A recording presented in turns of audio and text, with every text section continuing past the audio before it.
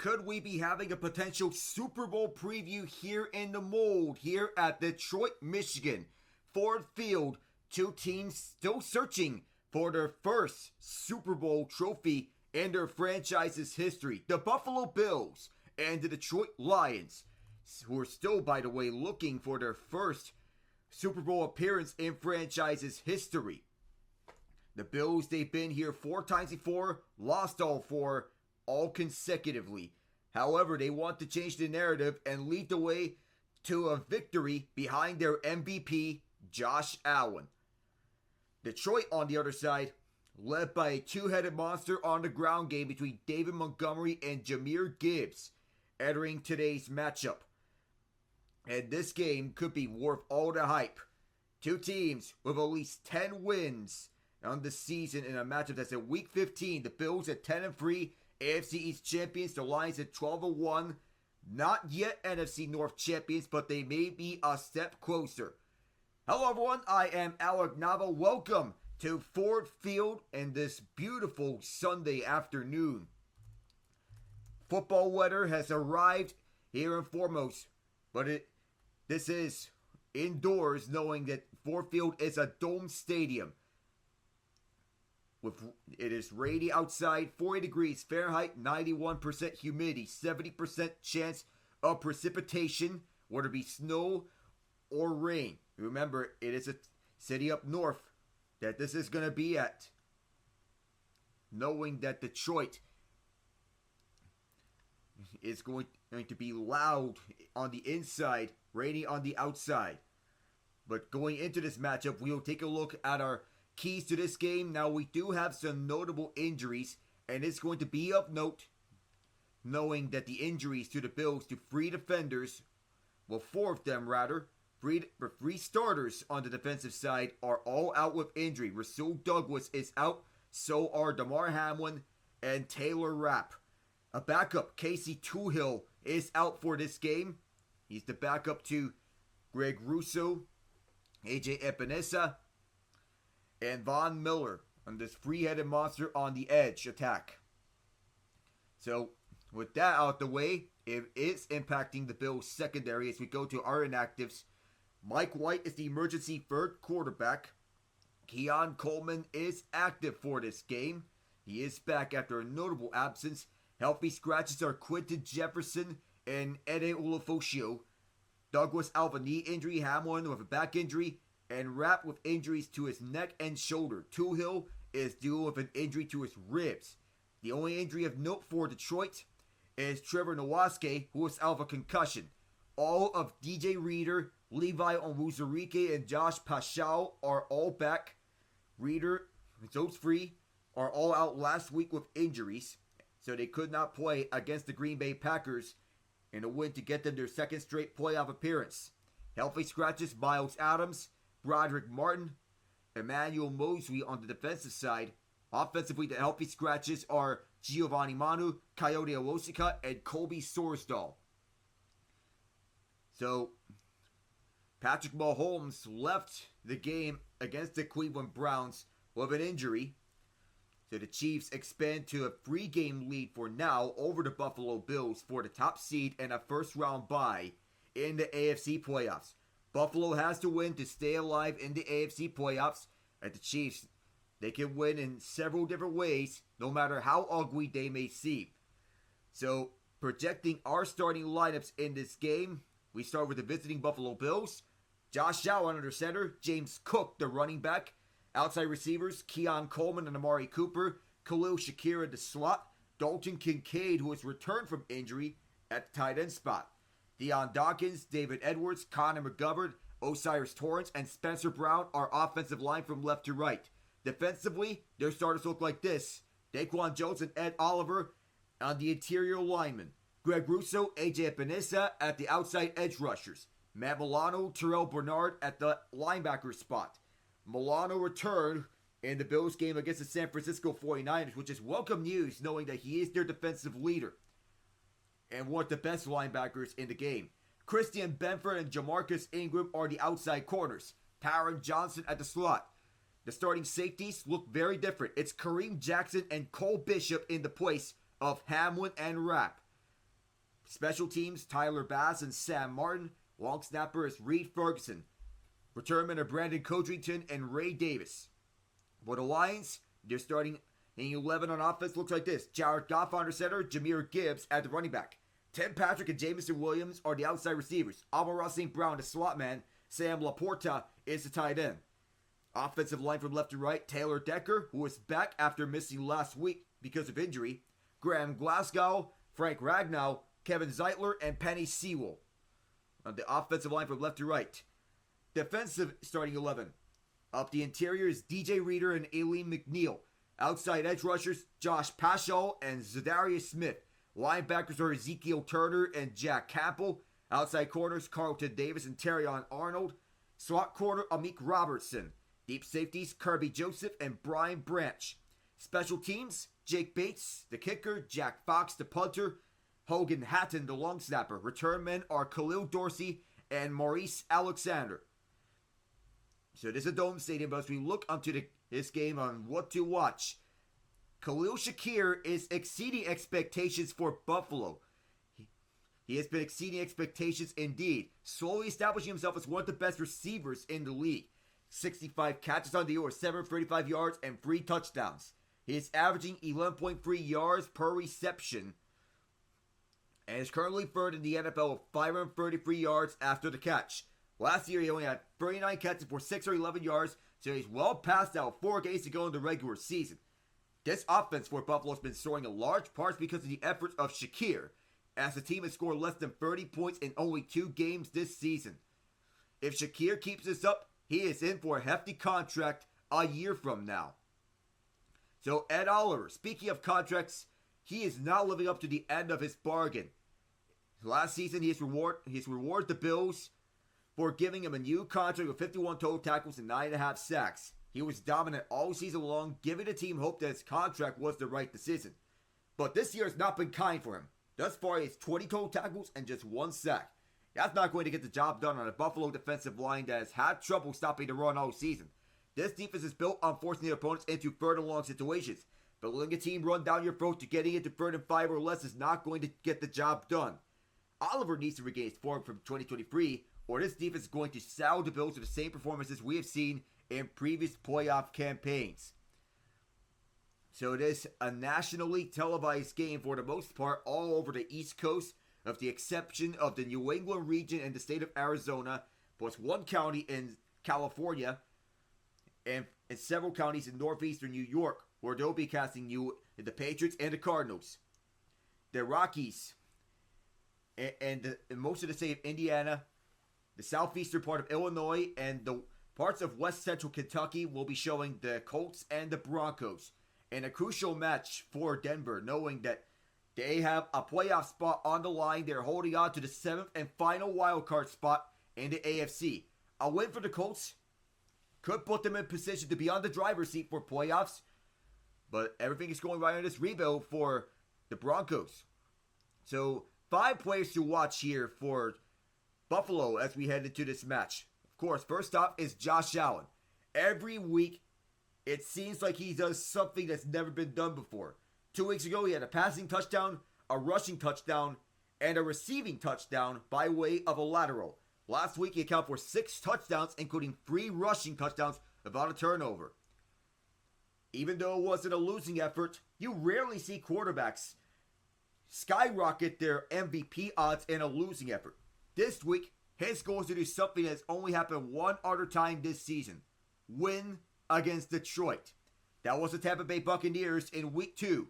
Even with the slew of injuries on the defensive side, the Lions entered play as the league's second best scoring defense. They're just number 23 in passing yards allowed, but that's a deceiving stat, as teams are so often trailing against the Lions that they're forced to pass a lot. When they do pass, they don't pass for scores. Detroit's allowed league best 11 passing touchdowns in their 13 games. That's less than a touchdown allowed per game. And in the modern NFL, that's an incredible feat. Josh Allen has been outstanding this year. He'll have 2 of his top weapons back from injury, both Keon, Coleman, and Dalton Kincaid. The hope is that this offense will keep pace with Detroit's in what should be a shootout. Another magical game is going to be an essential element if the Bills are going to get the win.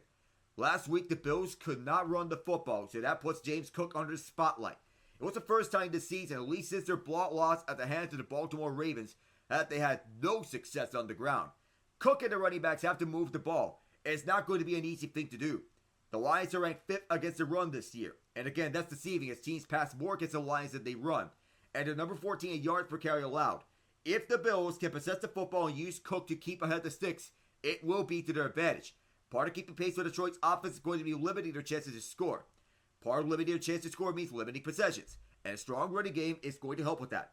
Third is basically any defensive lineman. Can somebody over at the Bills' defensive line make a play? Chris Sims said this week that the problem with Buffalo's defense is that they rely on scheme over talent. So they don't have anyone capable of truly wrecking an offensive game plan. But there have been players like Ed Oliver, Greg Russo, Von Miller, and AJ Epinesa that have been game wreckers at times.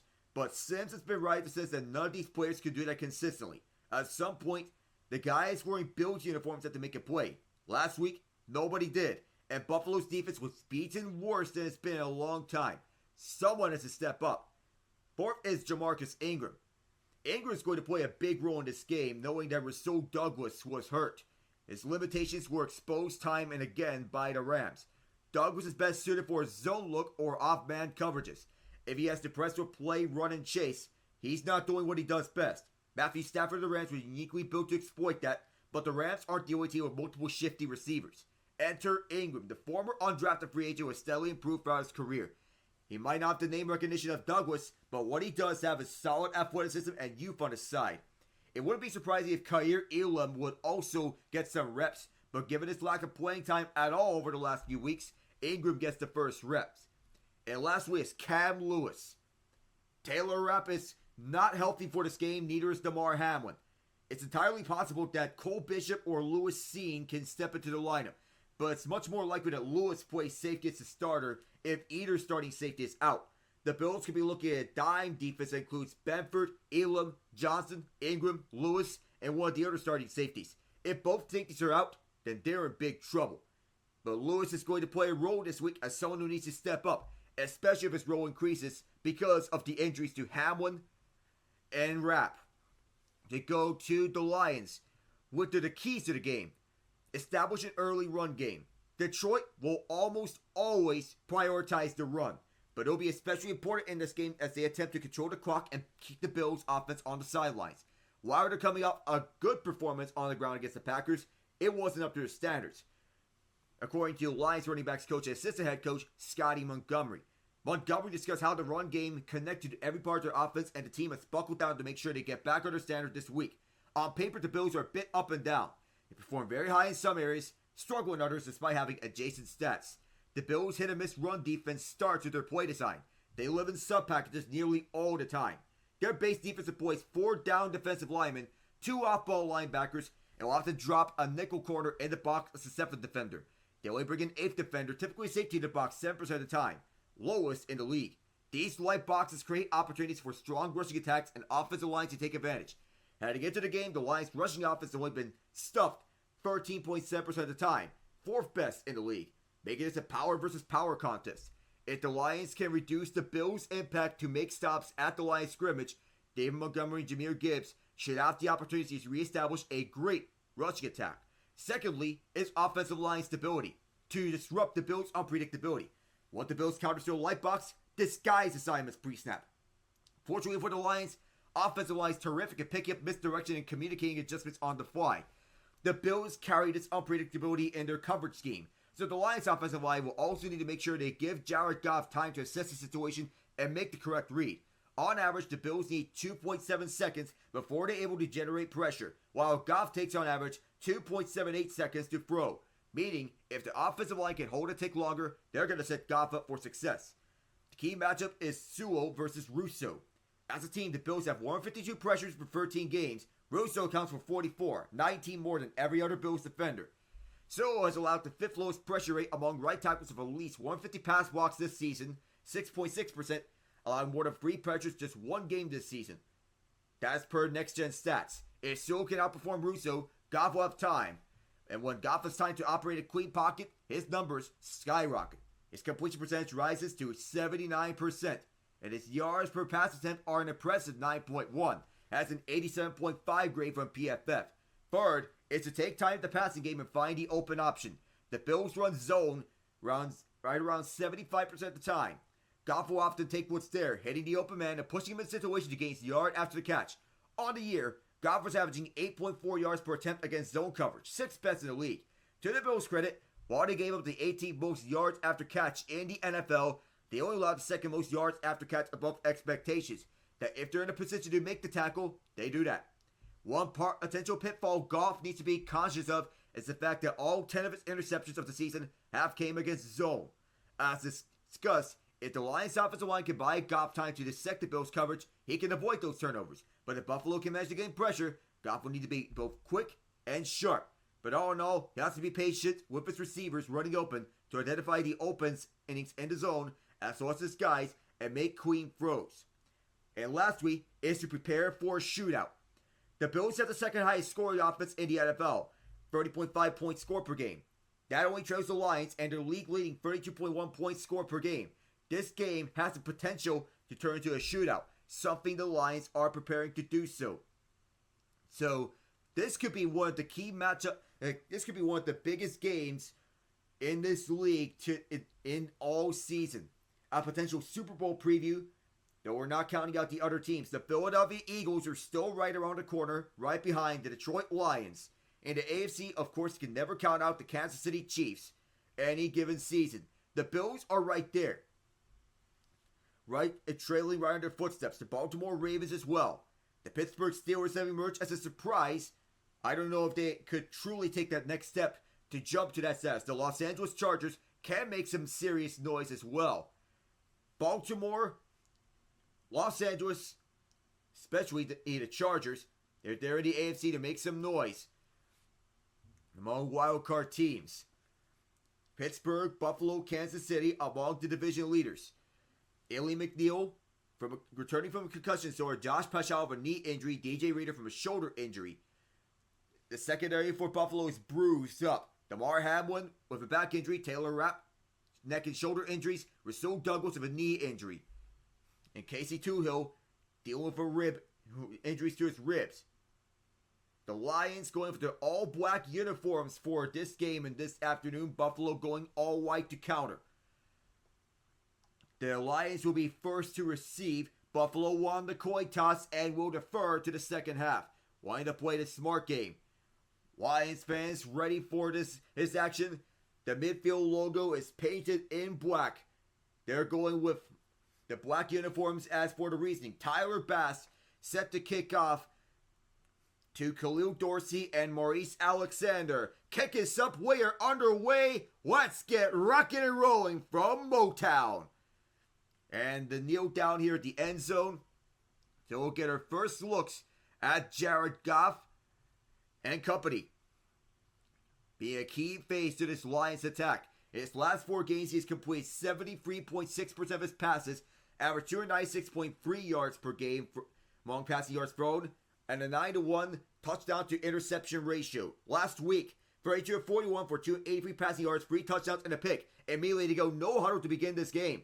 Goff, chased by Russo, will throw this one away. Excellent pressure by Gregory Russo to disrupt Penei Sewell. That's what I was referring to. And it opened about that key matchup at the right tackle side between Penei Sewell and Greg Russo. Russo can be a disruptive force from his right edge position, or the left edge position. And Sewell, one of the best right tackles in the league, is going to get tested a lot by Russo one-on-one. Ben Johnson, who has been in head coaching conversations by other teams, stayed with Detroit as their offensive coordinator. I formation here. It is a handoff on a running play. Buffalo will swallow this one up right at the line. And it's Matt Milano, their defensive captain, getting things done here up for the middle to force third down. This Bills defense under Bobby Babich has taken another step forward. So well coached, and it's amazing, honestly, how they can get things done. Is Cam Lewis getting to start over the backfield, not Kareem Jackson, who was on the bench to begin this game. Third down, it's a shotgun set with St. Brown motioning right. Goff under pressure gets this throw off well and accurate. Excellent pressure by the Bills to force Goff to hurry up and disrupt the pocket.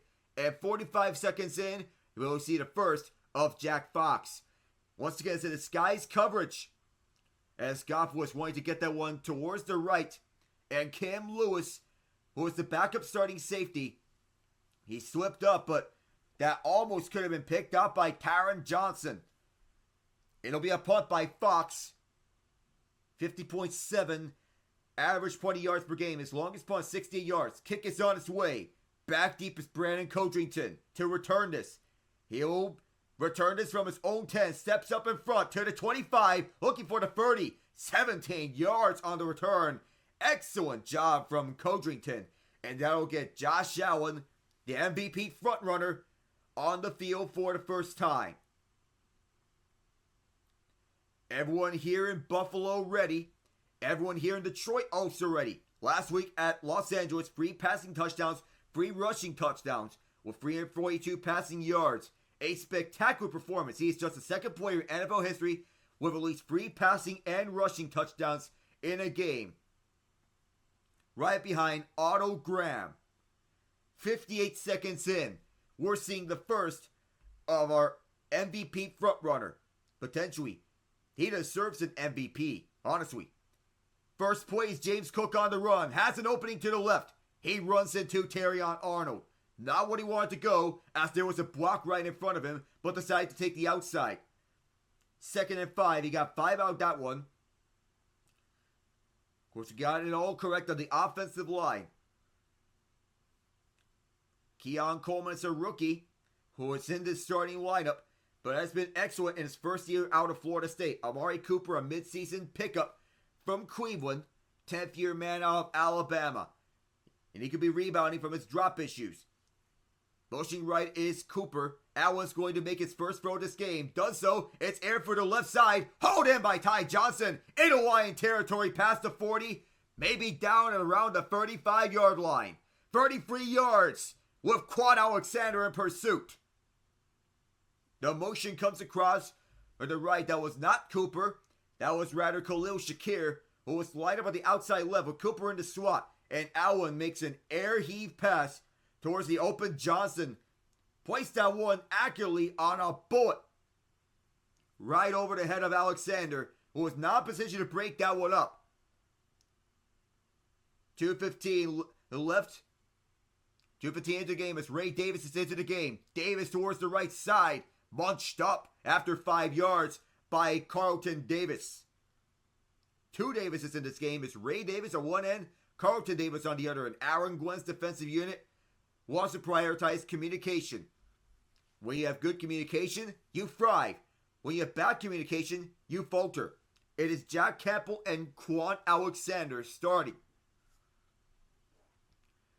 5 yards on the run for Ray Davis as the Bills are at the Lions 30. Empty set with 3 left and 2 right. 4 linemen on the field for the Lions. Play clock is winding down. They get it off with 1. Allen's going to look against a 4-man rush. Hustles to his right. Now fires towards the back of the end zone. In and out. Good pass coverage by Kendall Vildor.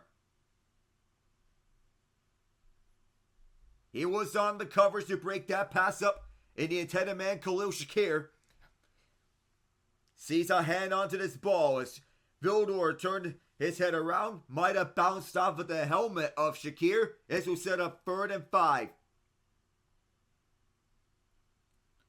Buffalo wanted to strike first blood. Fans going loud here for their one pride. Bills only need 5 yards. They wanted the home run shot last time around as Ty Johnson motions left and a timeout called as he does not like what he sees. And Josh Allen hates to burn up a timeout this early in this game, especially in such a crucial moment, knowing that this could have the potential for a shootout.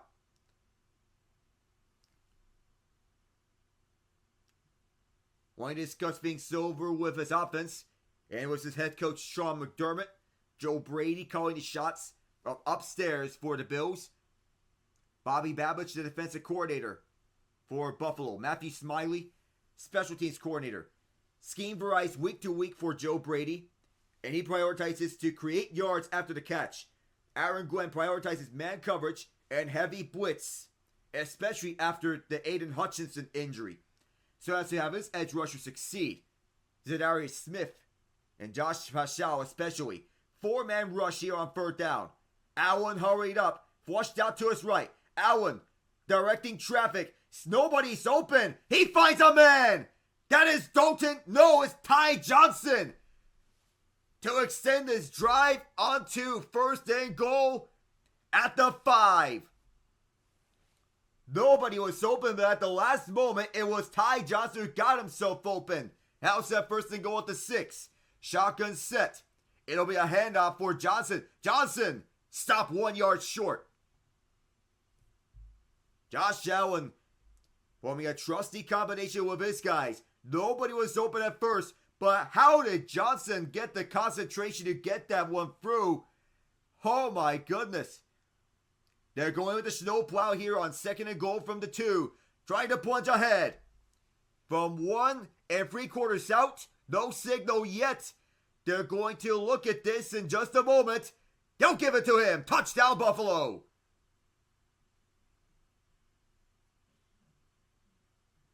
Now, every touchdown is reviewed. They may have to take a further look at this one to see if Allen got through. He was under Deion Dawkins, the left tackle, who was the orchestrator of the snowplow, or the Buffalo Rumble. That's what JJ and I discussed about previously. But Allen was under Dawkins and was right on top of an offensive lineman. And an extra push paved the way for Buffalo to get the first score at this game. Spencer Brown's signal touchdown. That is the 10th rushing touchdown of the year for Josh Allen. One of the most creative quarterbacks in the NFL. Now Adrian Hill and his crew will review this further. They have just confirmed that it is a touchdown. So as Allen discussing with Mitch Trubisky, Mike White, the emergency third quarterback in this game, and inactive here. 4 rushes, 3 passes for 73 yards, 3 minutes and 6 seconds. Hill's crew has confirmed the touchdown. Now Dan Campbell can still challenge. Challenge window is closed. Tyler Bass drills the extra point. And a snowplow going as strong as ever. How will Jared Goff and company answer? We'll see.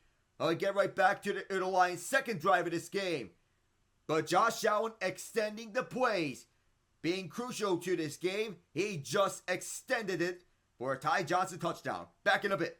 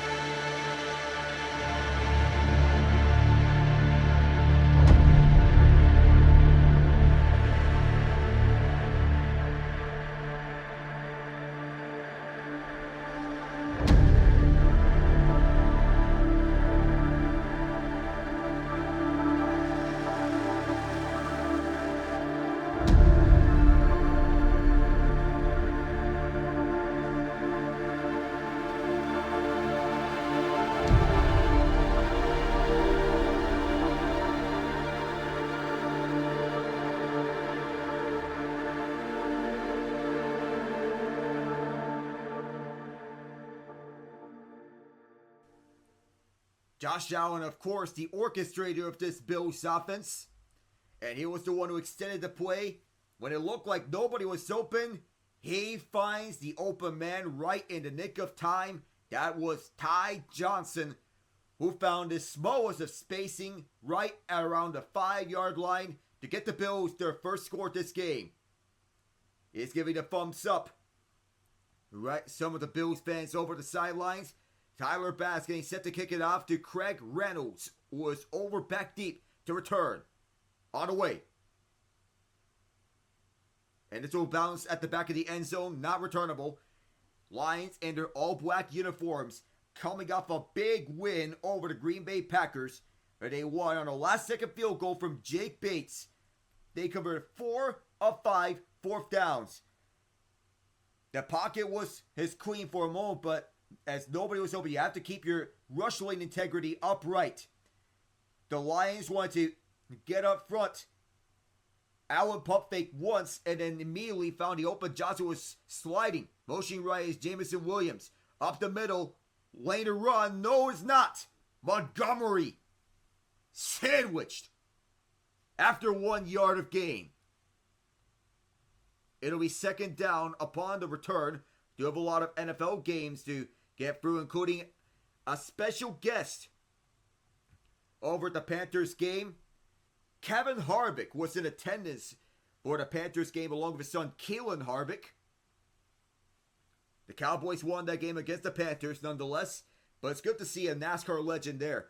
Goff over the middle and running through for the first down right after the catch was Tim Patrick, who caught 2 touchdowns last week against the Packers. The former Denver Bronco leading the way with 2 touchdowns. 30.5 points per game for the Bills. Just behind the Lions, who are average 32.1 points per game. The scoring differential, the Bills at plus 129, the Lions plus 183. Second and first respectively in the league, so offensive fireworks could be very anticipated in this match.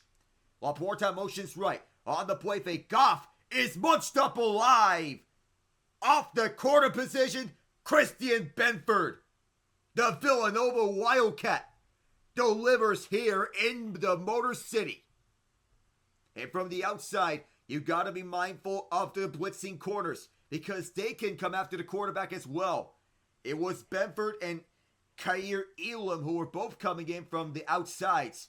With Elam getting more reps in the absence of Rasul Douglas. The drop back pass didn't work that time. It's 2nd and 18. There is a motion man towards the left side. That is Patrick. Goff towards the right. Hauled in by St. Brown. Elam wraps him up. 5 yards is the catch here. It'll be 3rd down. And we have some news from Cleveland. Kevin Stefanski has announced that Nick Chubb suffered a broken foot in the game. That Chiefs-Browns game noted for injuries as Patrick Mahomes left. So did Jameis Winston. And Chubb suffered a broken foot. Motion man left is Sonic the Hedgehog, Jahmyr Gibbs. Goff on 3rd and 13. The Lions were 7 of 15 on 3rd down. He got rid of it on time. He lost the ball. It came up on time to Kevin Zeitler, the right guard.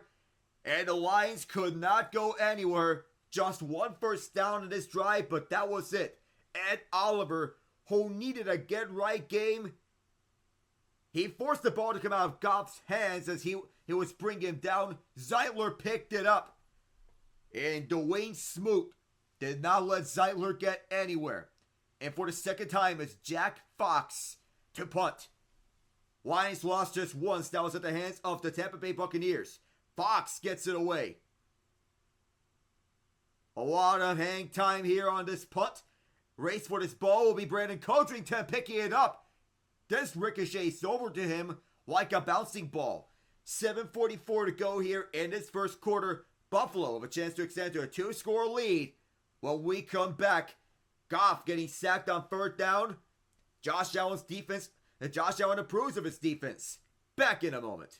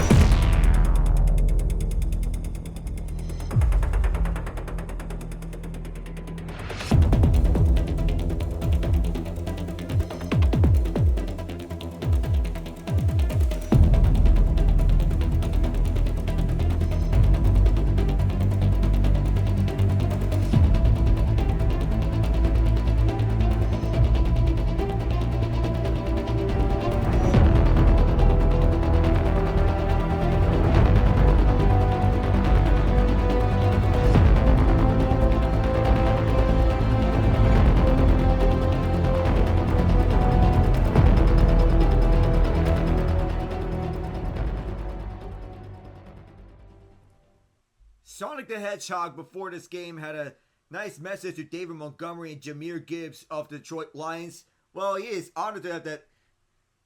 He is happy to have that Sonic and Knuckles nickname with the Detroit Lions. Well, he is I guess safe to say, he may be a fan of the Lions right now. Allen's under duress, picks up a block. Allen towards his left, gets it off, finds a man. James Cook to midfield. All but 1 yard on that opening drive, but Cook led the way as Josh Allen extended the play endlessly, going crafty.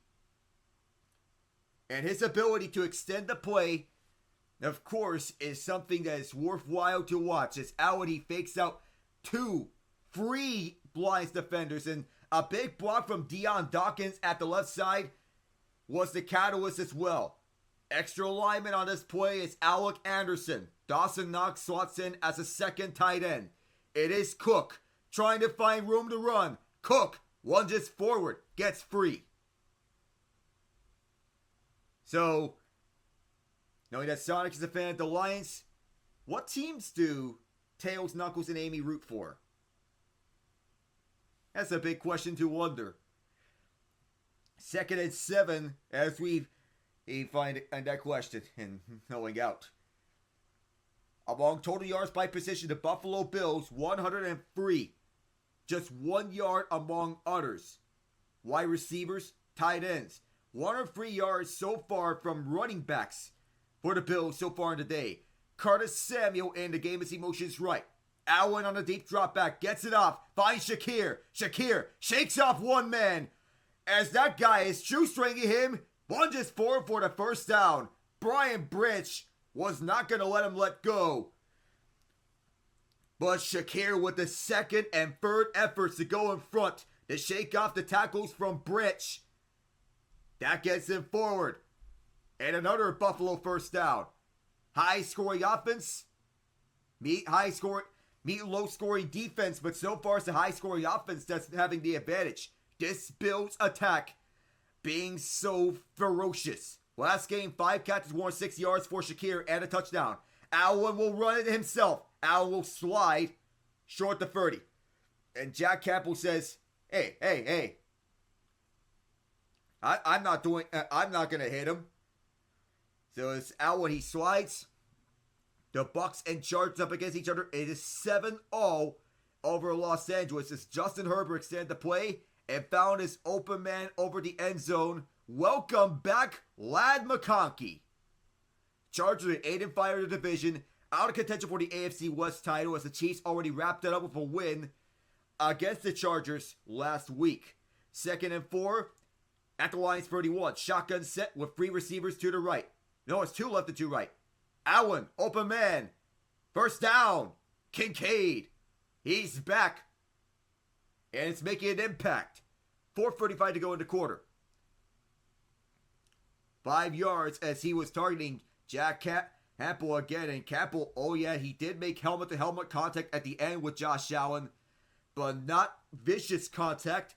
We don't want to see a repeat of what happened between the Texans and Jaguars when Trevor Lawrence got cheap shotted by Azeez Al-Shire. 125-3 in favor of the Bills in total yards so far in this game. The Lions have ran 8 plays, the Bills 12. This is the 13th play. Allen on the read option towards the left side. Gets 4, maybe 5. It all depends on the spot, but it was a read option play of the extra lineman. Alec Anderson once again. They have used previous offensive linemen as extra linemen on select plays, including David Edwards last season. Now the starting left guard. Anderson is a designated extra lineman. Normally this would be Tommy Doyle, but he is on the PUP list. 2nd and 6 from the Lions 22. They have James Cook over at the backfield. Cook will get it on the right side on the counter. Cook, first down and then some. At the 10-yard line. And the ball ripped out of him at the end by Carlton Davis. Actually, Jamal Adams, who was elevated from the practice squad, with block set up on the counter play towards the right. You got all those blockers getting pulled out to the right. Connor McGovern, Osiris Torrance. And this diverse attack which is led by McGovern, leading for the way as there was someone who was slowing him down by the jersey tug. First and goal, it is a shotgun set with 3 receivers to the left. Cook with 21 rushing yards, 28 receiving yards, 49 all-purpose yards. He'll get the rock again. Cook has a seam. Gang bang all over him at the 4-yard line. He will get 5, maybe 6 yards. And the Bills knocking on the Lions' doorstep one more time. 2:30 left in the first quarter. And Cook will get a much earned break as the second running back will slot in here. Ty Johnson, actually the third running back. The Bills have 11 plays in Lions territory so far. The Lions have just 8 plays in total. Allen takes himself. He'll watch his way in. Super Mario style.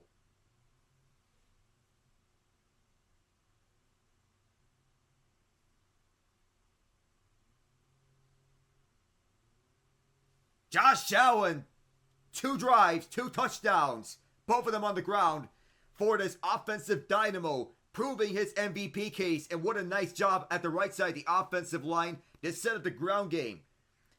Over to the right. Second rushing touchdown for Allen. 12th career game with such. 6 rushes, 3 passes for 78 yards. And so far the Bills, outside at home, no problem in a dome. Extra points good from Bass. And it's 14-0 Bills with 2:01 to play here in the first quarter. Detroit has yet to run a play in opposing territory, having 8 plays in total. Sean McDermott likes it. The Bills need a bounce back game from what happened last week. We'll be back.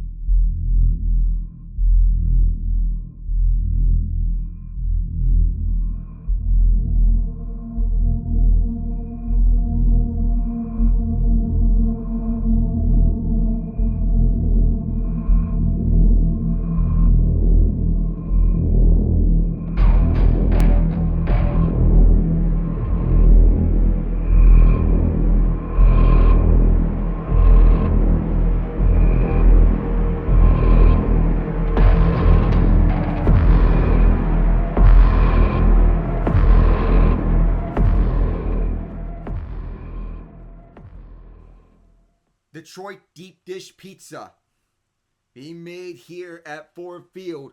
It's a staple of Detroit, Michigan, and a different style of pizza. And some guys are having dinner around the Detroit area having that Detroit deep dish pizza. There are different styles of pizza in the world, and that includes New York style pizza, Chicago style pizza. As we get back underway here from Ford Field, the Chicago style pizza is one way. So deep dish Detroit style pizza, rectangular pan pizza with a thick, crisp, chewy crust. traditionally topped to the edges with mozzarella or Wisconsin brick cheese. Caramelizes against the high side of heavyweight rectangular pan. And Josh Allen watches out to his defense as they bunch up. The runner, Jahmyr Gibbs, AJ Epinesa takes him down. Lions go back 2 yards on first down. So it's 2nd and 12. Josh Allen, the first player since Otto Graham in 1954 with 3 rushing touchdowns and 3 receiving touchdowns in a game. Allen with more total touchdowns than he has incompletions. It's the 2nd largest deficit this season that the Lions have faced. The largest is 16 points against the Texans. Goff to the right side on a swing pass. Gets out in front. Jahmyr Gibbs. Gibbs with a running lane. Trying to get to the outside. He gets pushed from behind by one of the Bills. It's a first down. Jordan Phillips lunged him forward. Not what he was thinking. But a swing pass towards the right almost was blown up. But a crucial block picked up. Then a second one was the way as Gibbs kept going. That is Jahmyr Gibbs racing. As he stiff-armed Christian Benford to the ground. Wow. 55 seconds remain here as the Lions change formations to single back. With 3 tight ends on the field. To the left, Gibbs trying to cut the corner. Does. Christian Benford was in pursuit. And Gibbs gets another first. Excellent running here for the Lions as trying to turn on the Jets. They get 9 yards here. As he beat out Benford on the edge towards the left. 10 yards, they say. And tackling needs to be something of key. Another first down. 29 seconds to go. Oh, looks like the clock operator never started the clock. The clock operator never started the clock. It was stopped at 29 seconds. No one likes this in the building because they want to see their guys continue on. And it was the correct call about the first down that he beat out the edge onto the outside as he stepped out at the 49-yard line. Did they reverse it to a 9-yard run? And there's a one-on-one opportunity, so they'll mark it him short, 2nd and half a yard. So the replay assistant checked once again so as to see whether Gibbs got the first down or not. Toss play. Montgomery will throw it back to Goff. Goff, he's going to air this one to the left side. Wide open. Amon-Ra St. Brown into Bills territory for the first time today. 13 seconds left in the quarter. But trickery has been a staple of the Ben Johnson offense. And they are not one to shy away from this as Montgomery tossed to the right, throwing back to Goff. And Goff not one to hesitate on trick plays. And he does find the open man. That is beautiful trickery in action. That ends the first quarter. Lions trying to get on the board for the first time today. They're down by 14, which ties their 2nd largest deficit all season. We'll be back for the 2nd quarter in a moment.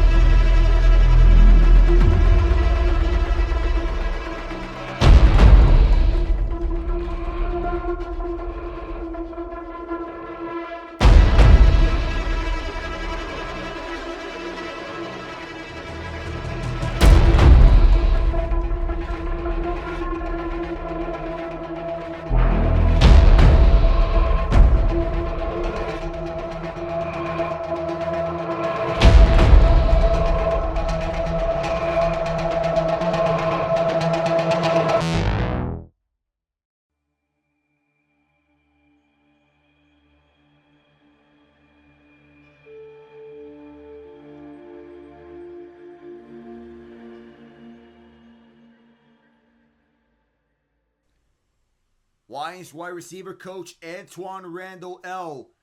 not want to shy away from trickery as he did with the Steelers in the Super Bowl as Goff airs this over to the left side.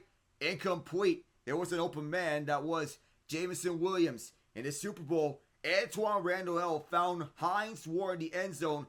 Toss play to Willie Parker.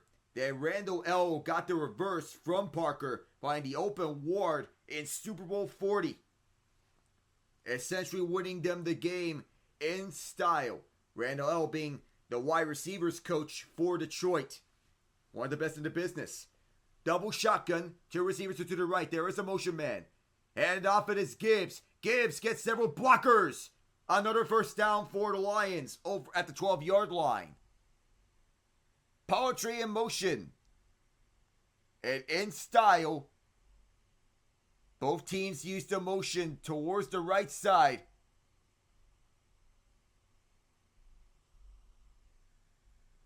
And it slows down the gap, and the technique works out well enough.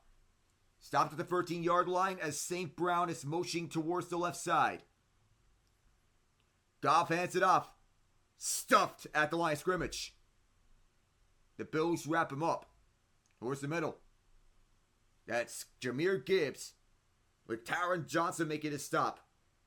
Slot corner for Buffalo.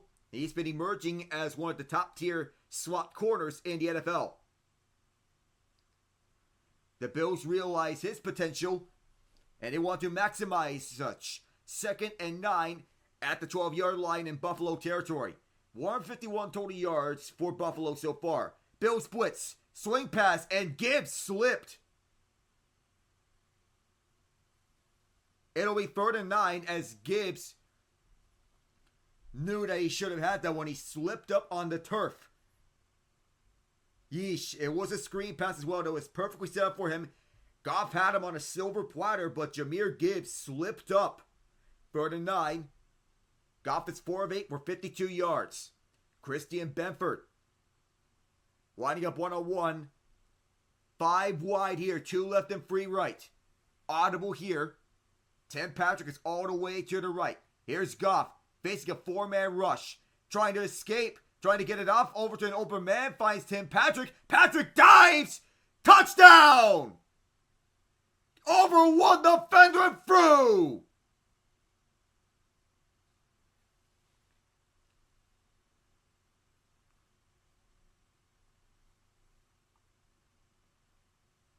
Magnificent! Tim Patrick kept his feet upright. No other part of his body touched the ground. Kept his head in bounds as he went over Benford. Wow!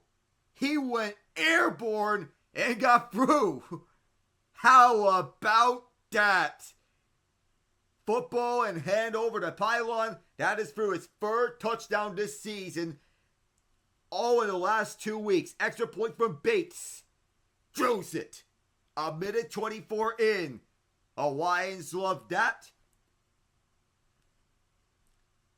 Patrick, who was signed to the Lions because of the wake of the injury to Khalif Raymond, has been crucial for Detroit over these last few weeks. And the Lions make this a game. We'll be back.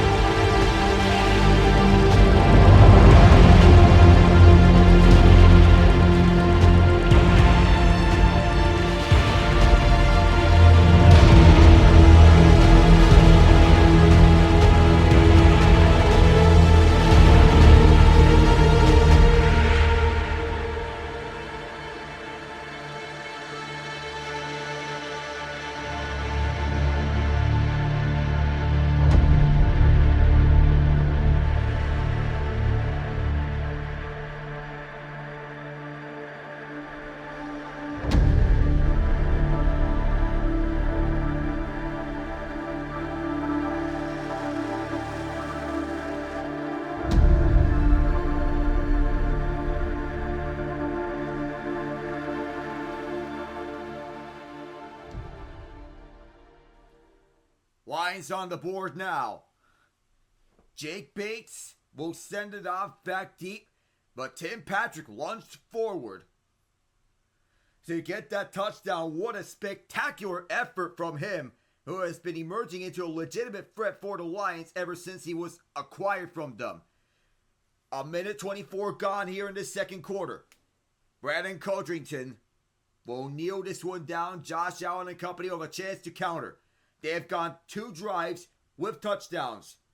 The Lions took their third drive to score a touchdown on their own. Game with a potential for shootout. We might be getting that here. The Bills do have some capability of finishing in one-score games. We'll have to see if that is the case here. David Long Jr. in the game to defend. Curtis Samuel motioning left and then back right. Allen will hand it off to Ray Davis. Davis with several blockers. Davis, our first flag of this game. Someone may have gotten tugged up as the officials come in to settle with Hill, our referee.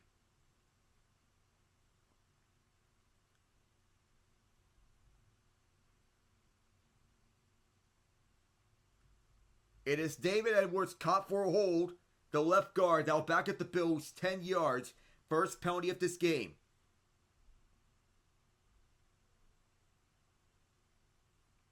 So he got a hand onto one of the Lions defenders. And he is wondering, what did I do? As Carlton Davis is being tended to. Is Brad Holmes, the general manager, watching from above. One of the best general managers in the league, as he responsible for this turnaround. Bring in Sam LaPorta, Jahmyr Gibbs, Brian Branch, and Carlton Davis, who is being tended to by the medical staff. He is walking under his own power towards the Lions bench. David Montgomery as well for this turnaround. They went from DeAndre Swift and Jamal Williams to Montgomery and Gibbs. New defense out there. Yeah, Aiden Hutchinson, also another pick. That was a Holmes pick. One of the best draft classes between Holmes, Gibbs, LaPorta, and Branch. Shakir's the motioning man. He'll go behind Allen, right behind him. Lions set out 5. Allen dials it up for the middle. Wide open. Well wide open is Dawson Knox fighting for the first down. 19 yards. He has stopped a yard shy. But that second effort is what got the Bills in position to fight for this. Philadelphia looking to extend their winning streak over the Steelers at the link at the city of Philadelphia to 11 straight games. They're on the board with a touchdown. On the run, it's a first down. On the left by Ray Davis. 3 yards out of it. The Steelers have not beaten the Eagles in Philadelphia since 1965. That is a long losing streak for the Steelers. 10 straight games in which they have lost at Philadelphia, including the last time they met. They dropped 31-13. The lone touchdown pass for the Steelers in the game came from Chase Claypool to Derek Watt. 172-73, the total yards in favor of the Bills so far. Single back and motioning left is Dalton Kincaid. Allen on the play fake will find Kincaid towards the left. Body stuff a man. Just gets 3 yards out of it, but he puts the boom right on Terrion Arnold. Kincaid's alright. He gets 4 though. He walks over to back to the huddle. It was his first game since week 10 at Indy. He was out ever since with a knee injury. Trying to catch up. But the Bills have been stellar ever since winning against the Chiefs, the 49ers, even though they fell short in a high-powered shootout against the Rams. 2nd and 6. Through the middle it is Cook. Cook lunges forward, gets some extra yards. Stop 3 yards shy at the first down. Will be 3rd and short. 4 minutes deep into this third quarter. 3rd and 2. Cook got 4.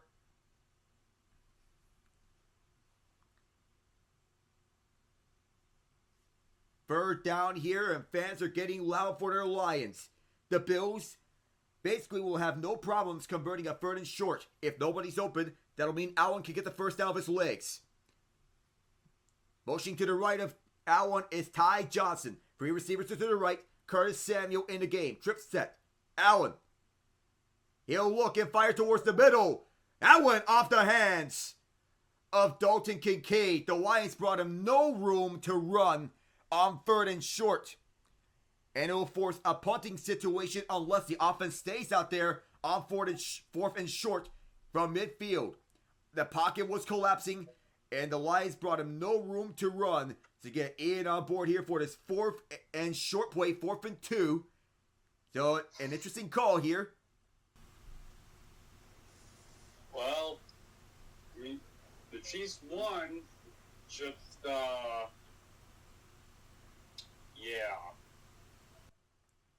4th and 2, which looks like more than 3. Allen towards the right side. Open man! Ty Johnson, one to the head at the red zone.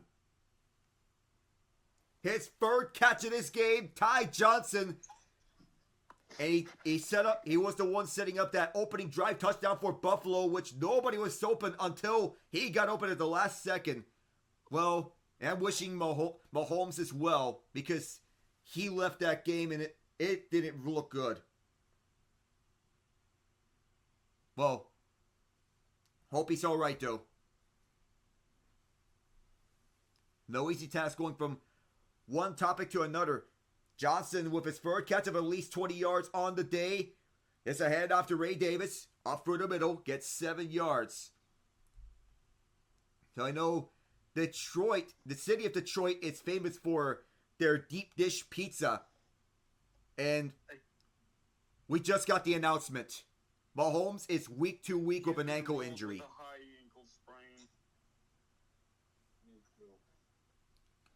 Whew, high ankle sprain. Man.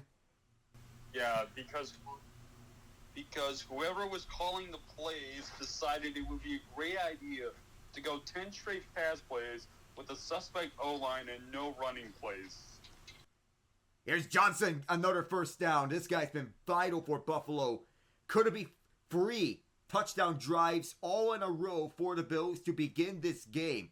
But a suspect offensive line, especially that left tackle side, Ian, because left tackle has been the main weakness of the offensive line. You have to go through 3 left tackles already.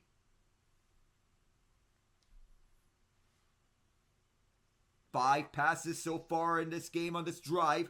3 rushes. Motioning left is Shakir. 2 trips, 2 touchdowns in the red zone. Could it be 3 for 3?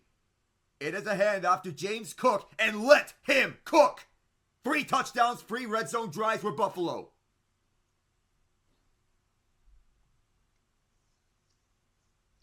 It is a clinic for the Bills. I mean, Detroit was going to have difficulty. They basically have a skeleton crew for a defense. You name all those bodies that they have lost. Aiden Hutchinson, Marcus Davenport up front especially. And those injuries may be looming large for them. And at the linebacker crew, that core is not limited to injuries either. I get Jack Campbell is active, and he's their main healthy linebacker among the starting unit. But they're dealing with 3 injured linebackers as Bass nails the extra point.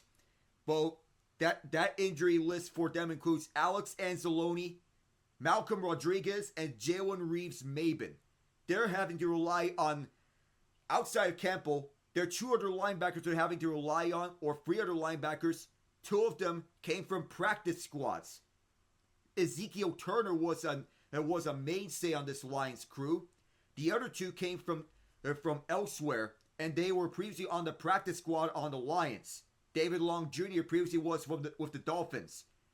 And Quan Alexander was on the Lions practice squad.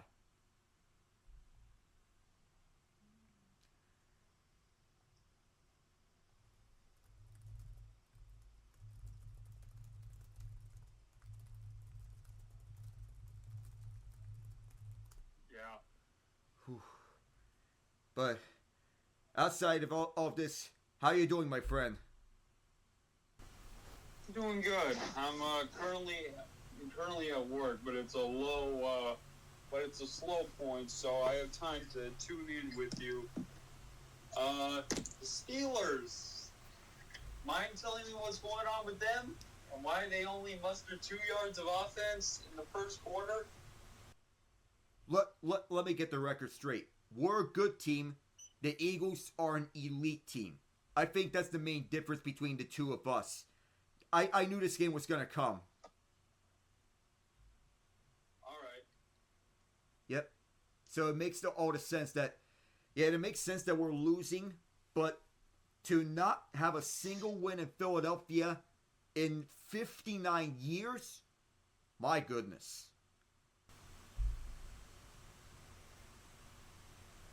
I didn't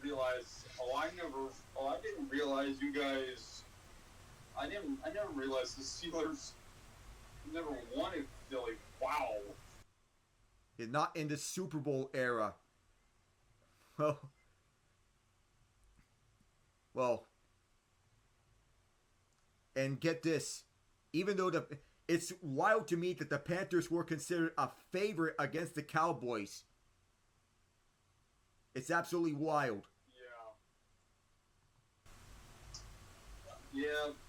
The Panthers, well, their goal is not to win right now. It's get assets, build around Bryce Young, do what they got to do, and not leave him out to dry. Yeah, and that Chiefs game gave him confidence along with tight games against the Buccaneers and Eagles. But this game, it felt like it was all down to earth. But nonetheless, it was wild to me that they were considered favorites. Kick is up. On the kickoff, the Lions have a chance to make it a one-score game again. And a NASCAR legend was in attendance. The NFL didn't realize that, but the young man over at the NFL highlight, that was Kevin Harvick's son, Keelan Harvick, who was being highlighted as he dapped up Sam Franklin Jr.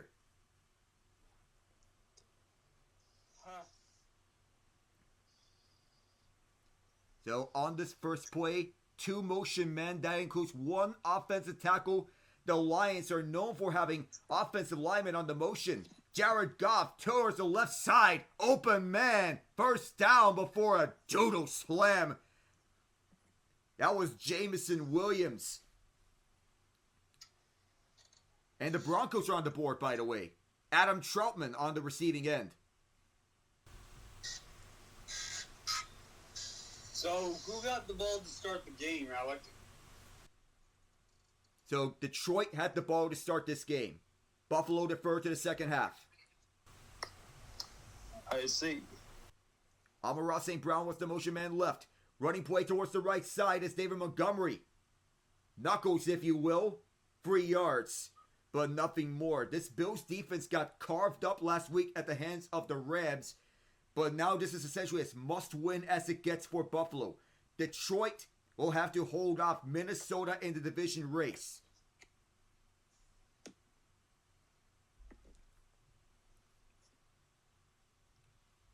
Shotgun set, 2nd and 7. 3 receivers towards the right. Now it's 2 receivers to the right. And right there on the catch is Amon-Ra St. Brown, who was the motion man. He has stopped for a progress shutdown.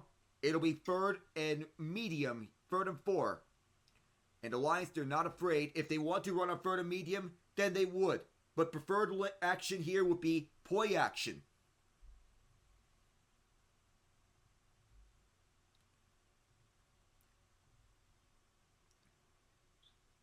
So Chargers lead the Buccaneers 17-10 at SoFi Stadium. Lions are 1 of 3 on 3rd down today.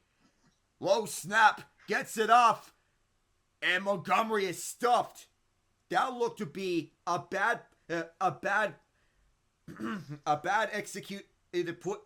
executed play from the get-go with a low snap, and I think the Lions are staying out there on the field for 4th and 4. What I'm getting the sense of is that Either they're going to run a play on 4th down or that they're not going to run a play and try to get the Bills offside. We'll have to see what course of action they are, but they're 4-5 on 4th down. They are running a play. Here's Goff towards the middle, completes it past the 30. Near the 25-yard line is Amon-Ra St. Brown wrapped up. Dan Campbell now want to shy away from 4th down plays. And Ian, I thought for sure that the Lions were trying to draw the Bills offside.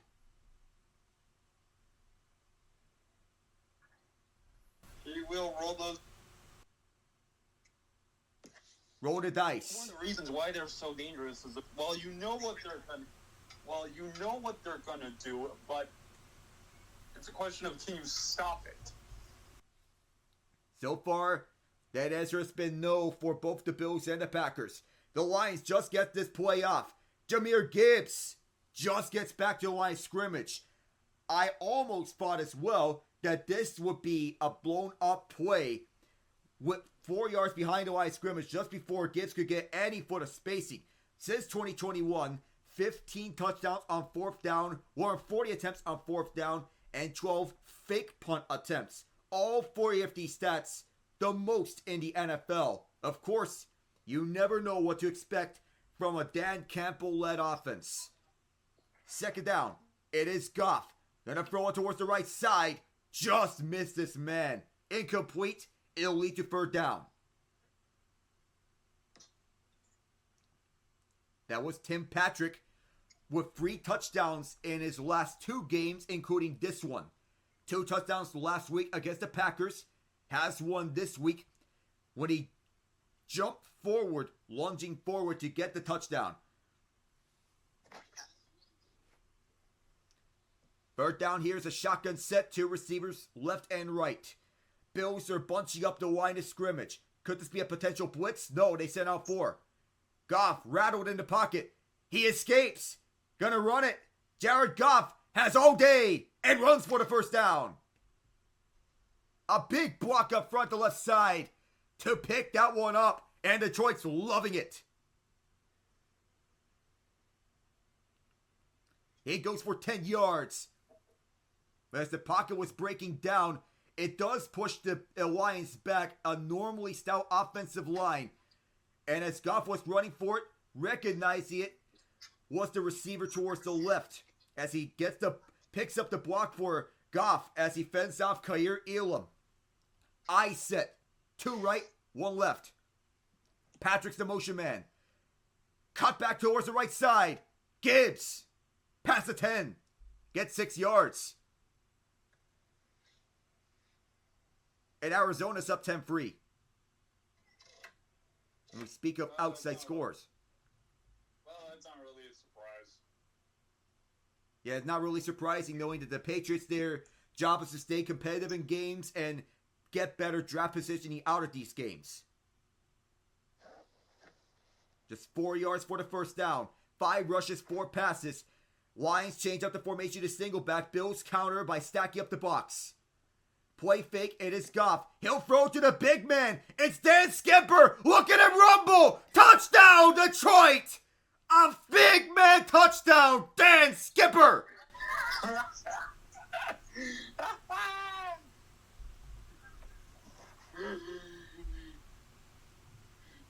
Has he reported eligible now? He did report eligible. Yes.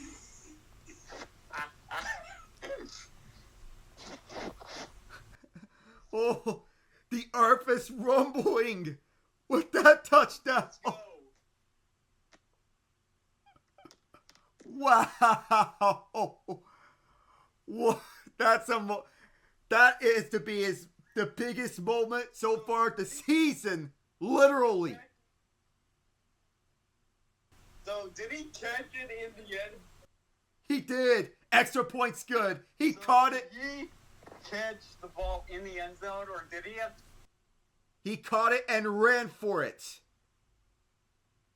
That's awesome. 21-14 Bills. Okay, Lions defense. Just if you can get one stop, your offense will reward you.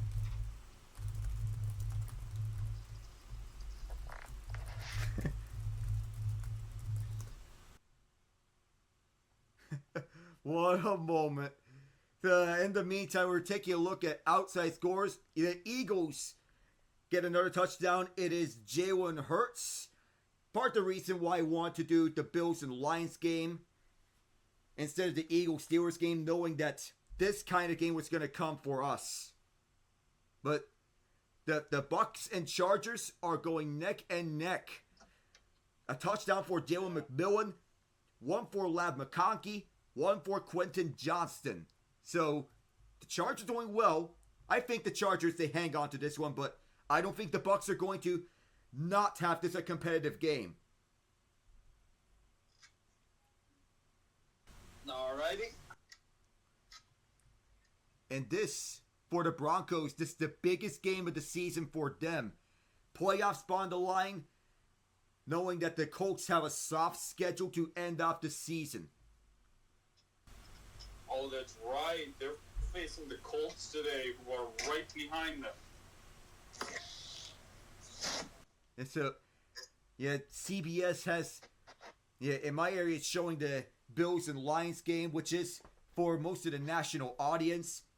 Rocky Mountains area is showing Colts and Broncos, and the state of Indiana, save for certain areas, the southeastern side of Illinois, and some areas in western Kentucky as well. The only areas that do not show either of these two games are the state of Arizona and the New England region, who are showing the Pats and Cardinals. Yep. Yeah, that's a CBS game. And the other two in question being Bucks Chargers and Steelers Eagles. And all the more reason to get NFL Red Zone.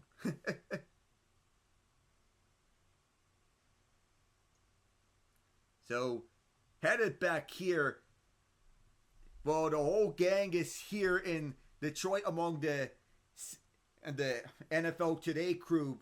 James Brown, J.J. Watt, Bill Cowher, Matt Ryan. But, oh, what a moment. That is Dan Skipper's first career touchdown as well.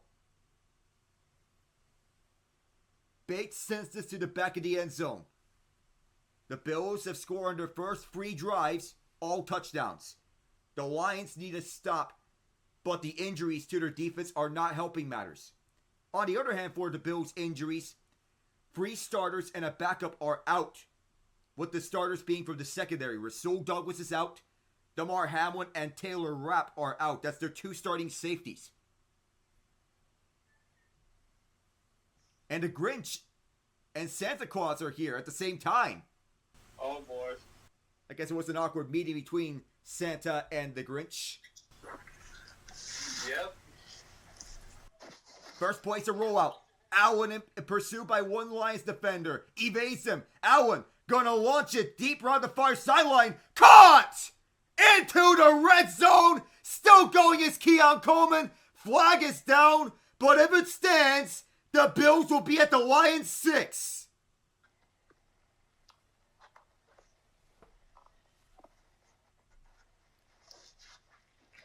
Coleman's pointing towards the Lions secondary. Adrian Hill may be motioning that it's offside. It might be against Detroit.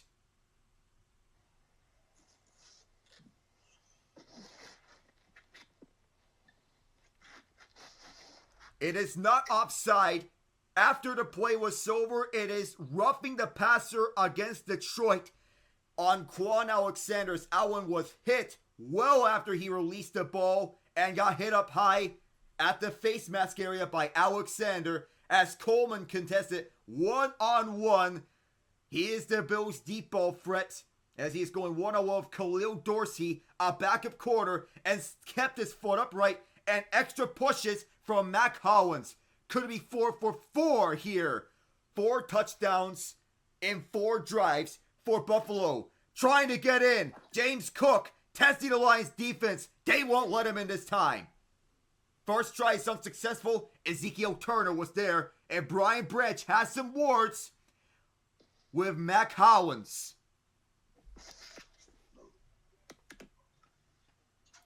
Aileen McNeil joining in there as well, the Raleigh, North Carolina native, and Kirby Joseph.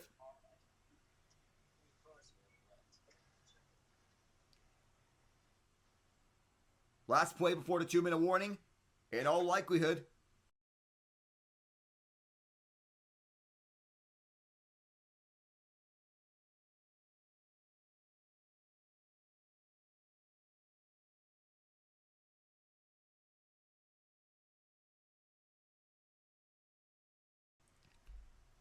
though that was outstanding to extend the play and launch it deep down the far sideline from Josh Allen.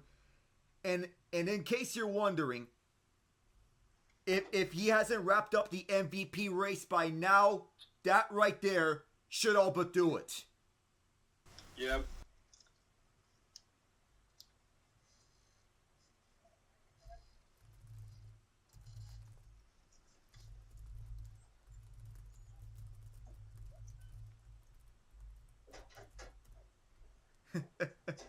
So, some final scores around the NFL.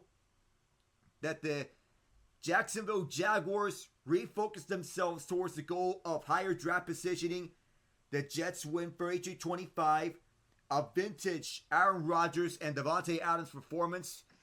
Rodgers 16-30, 289 yards and 3 touchdowns. Adams 9 catches, 198 yards and 2 touchdowns. Both teams already eliminated from playoff contention, but something more for the Jets' pride, at the very least. Yeah. And the Commanders survive a scare at the end. Jaden Daniels threw for 2 touchdown passes, both to Terry McLaurin, who had 7 catches, 73 yards, and 2 touchdowns. The Saints scored the final 12 points of this game, but do not complete the comeback. 2 field goals from Blake Grupe, 41-51 yards out. Foster Moreau at the buzzer gets the touchdown to get the Saints within 1.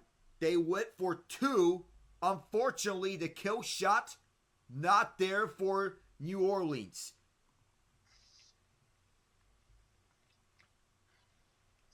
So there's another one. The Baltimore Ravens, favored by 17 points. They just covered a spread. 35-14, they win over the New York Giants. And Lamar Jackson with more touchdown passes than incompletions. 21-25 for 290 yards, 5 touchdowns, and a passer rating of 154.6. Back in action here after the 2-minute warning. Alec Anderson is the extra lineman. Allen wants a counter. Samuel, 1 yard short. Now does this set up the snowplow? 3rd and goal. And timeout is signaled.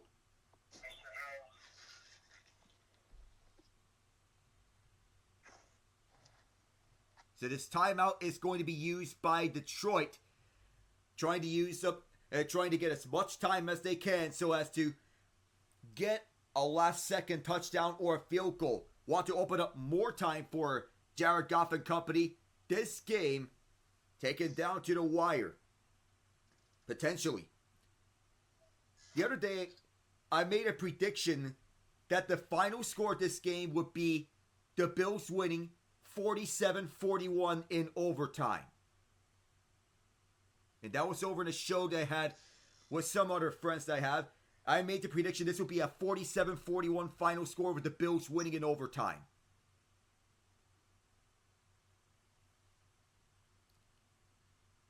Buffalo has scored 7 consecutive touchdowns. And that is on their offensive drives. Can they get another one here? That is set up by the Josh Allen rocket. Empty set. I think Josh Allen could do a draw play himself. I think, someone jumped. This could be a free play. There is a flag down. Someone may have jumped. It might have been a free play, but they're going to... Josh Allen is pointing towards the Lions that someone jumped. I think this could be a neutral zone infraction.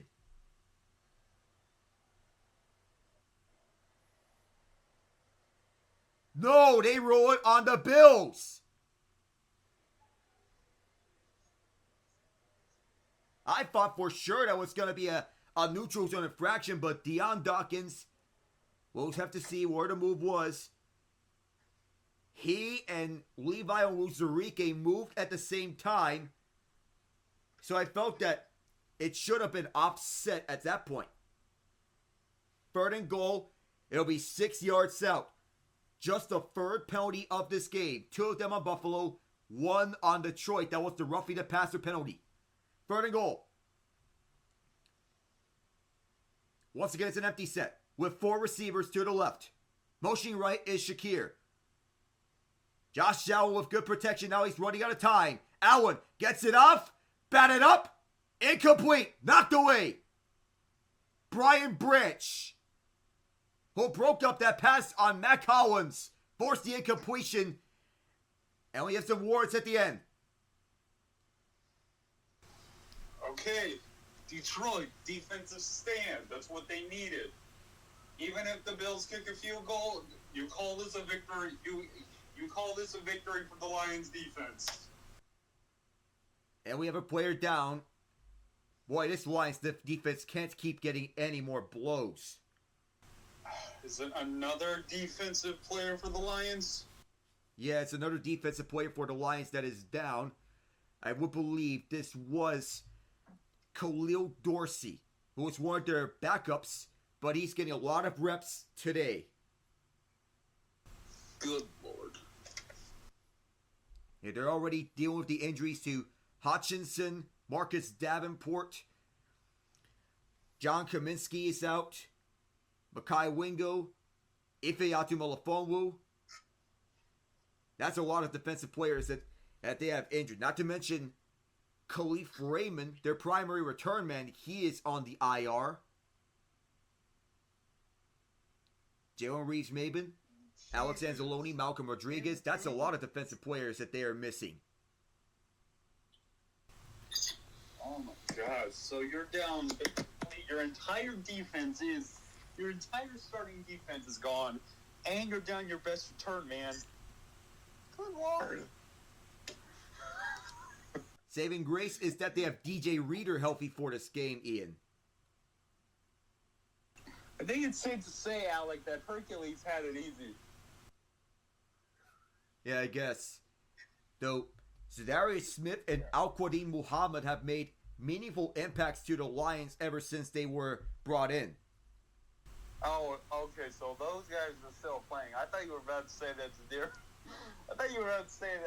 that Zadarius Smith wasn't playing either. Well, in a defense that's banged up with injuries, you need all the healthy bodies you can get. And speaking of healthy bodies, there might be an outside chance Hutchinson returns as soon as the NFC Championship game. What? He's a freak. And I mean that in the best way possible, but he is a freak of nature. And Pat Freiermuth gets the Steelers a touchdown. Much needed.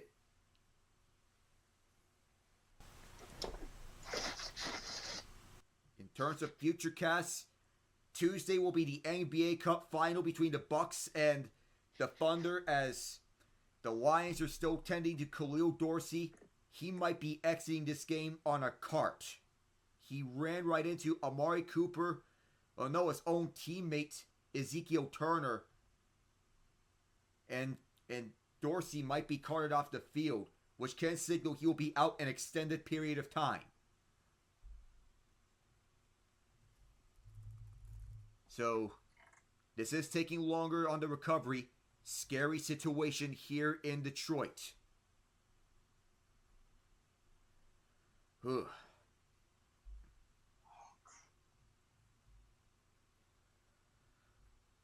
Man. No easy transition from one topic to the next. Cowboys beat the Panthers 30-14 with Kevin Harvick in attendance. It will be 27 now. The Bengals downing the Titans 37-27.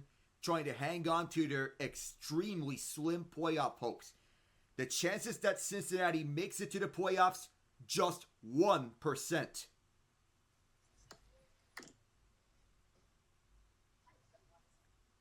And the most realistic is that the highest they can go is the 7th seed at 9-8. Division title out of reach. And Cooper Rush, 3 touchdowns, 18-29, 214 yards. And CeeDee Lamb being vintage CeeDee Lamb, 9 catches, 116 yards, 1 touchdown. But the game was about Rico Dowdle. 25 carries, 149 yards. Other touchdowns from Jalen Tolbert and Jalen Brooks.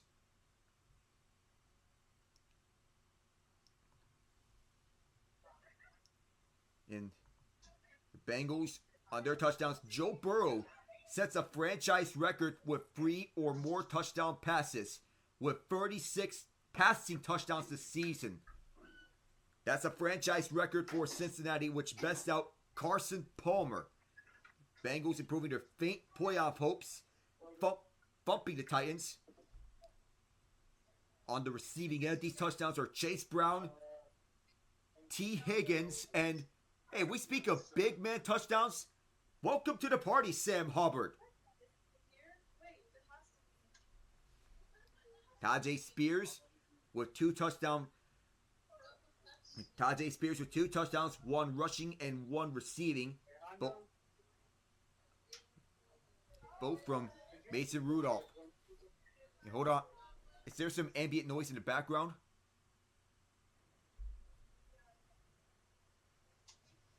And Dorsey is indeed getting carted off. Well, ain't taking care of that leg. That looks ugly. So, to get back, the Lions rooting for Khalil Dorsey and his injury recovery. Kick is on its way. No, he missed it! He hooked it towards the right. All 4 of his previous misses for Tyler Bass have came from between 40 and 50. But now he misses first chip shot field goal. So the Keon Coleman reception from deep from Josh Allen comes up empty-handed.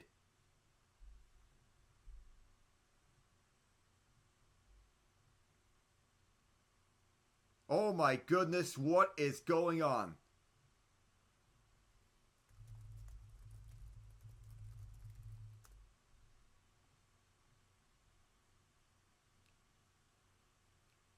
So lower left leg is the injury for Dorsey. So what my belief will be is that he will be transported to a hospital for further evaluation. It's a foregone conclusion. He is not going to return to this game. Towards the right and the slot is Amon-Ra St. Brown. Lions starting for their own 20. Goff towards the middle. Finds his open man. The tight end, Sam LaPorta. LaPorta still going. Oh my goodness, an extra push. And this Lions team, not out of it. They're going hurry up here. 126, 125, 22 yards on this catch and run for LaPorta. 121 to get off of 121. Goff towards the left side quickly for St. Brown. St. Brown runs it towards the Bills sideline at the left. Stops the clock at 116. Second and about 3 yards as they keep on going. So the excitement turned up a notch here. 8 yards officially for Amon-Ra St. Brown. Could they get a touchdown here to tie this game up or get Jake Bates in position to kick a field goal just before the half ends? Score line is 21-14 Buffalo. 2nd and 2. Run the shotgun, it's Goff. Towards the middle. That's his bread and butter. They're in field goal range now. Inside the 35, it is St. Brown. 105. Pickup of 16. Goff is not wasting time here. They want to go hurry up the rest of the way. Trying to tie this game up at 21 and make Tyler Bass pay for his miss. Goff under duress. Swing pass. That hit the dirt. Intended man was Jahmyr Gibbs. Sonic the Hedgehog. Greg Russo applied the pressure. +1 for 8 scoring margin in the second quarter. The best in any quarter in NFL history. This Lions team doing their most damage in this first middle frame. Another shotgun set. Gibbs towards the left. Motion man right is LaPorta. Goff towards the middle. Pop free at the end. Off Taron Johnson. St. Brown almost had it. But Johnson broke it up at the last second to make sure he didn't hang on.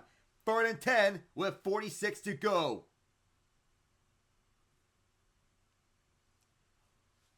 Amon-Ra St. Brown, one of the best receivers at the middle of the field. He comes over for the slot. Bills defense trying to clutch up here on 3rd down. Why instead of a timeout left? If they don't do anything here on 3rd down, then it's Jake Bates time. Audible here. Had to get this play off in a hurry, and they do. Bills sent out 6 towards the middle. Off St. Brown's hands. He dropped it. 42 seconds remain, and that'll likely send out Bates for a chance to make this even closer. All right. Ian, do not talk to me about an announcer jinx. Jake Bates, ever since Thanksgiving, has not missed a field goal. All right. And given how electric this rookie is, there is a good chance that he can make this. He's 5 of 5 from at least 50. This is from 52. And a kick. Oh no. Oh no. He didn't even make the kicking. He didn't even hit the kicking net. It was wide left the entire way. He missed the net entirely. No. I'm out of here. Don't talk to me about this, you hear?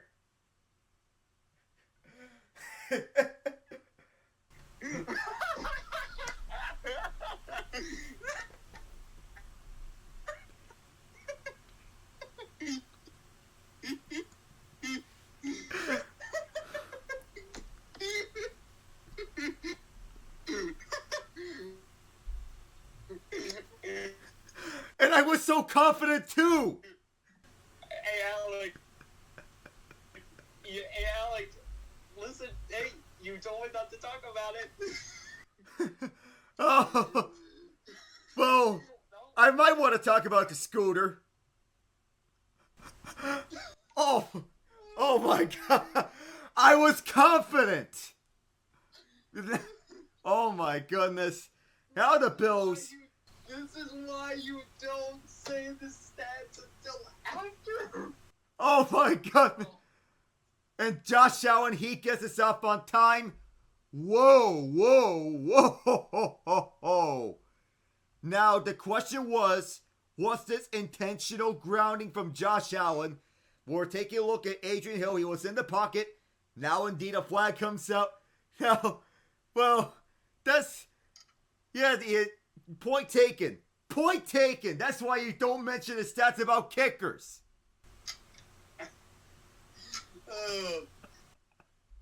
Oh my God. Shades of Jim Nantz on Thanksgiving. Well, ironically, is calling this game on CBS, by the way. Say, you want to say any stats about Josh Allen and throwing interceptions? Well, just 7 picks. He has over 30 touchdowns total, passing and rushing. When was the last time he threw a pick? If you look back, he has not thrown a pick against Los Angeles, not against... So he threw a pick against Kansas City to Chamari Connor. All right, so the Bills will get an intentional grounding penalty and a 10-second runoff. It'll be second and longer, but I don't think that's the biggest of their worries right now. They don't have to get another playoff. All they have to do is just run the rest of this clock. They have the ball to begin the second half. It's second and 21. This is an 11-yard penalty from the spot of where he threw the ball. No receiver was open, and he was in the pocket.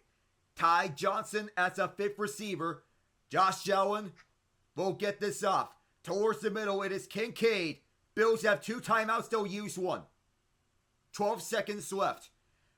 All they have to do is get in field goal range for Tyler Bass to redeem himself.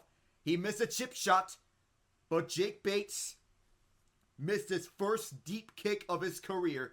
52 yards, it was wide left. That's a Hall of Fame announcer jinx. Yeah. Oh my God! I just looked at the Lions roster, and they have a name that makes Chiefs fans cringe. One of the linebackers playing for the Lions is a guy named Ben Neiman. For context, there was one year where he and another player named Dirty Dan Sorensen were the whipping boys of the Chiefs' defense. Now they're in Detroit. And now Neiman's in Detroit. Allen for the middle finds Shakir. And the Bills have to use their last time in a hurry. How deep can they get this? Well, they have to throw an outside pass first so that they can get Bass in range. Khalil Shakir hung on to that, but it's not enough for Bass to get in range. If he were to kick from that spot, they're at the Detroit 48.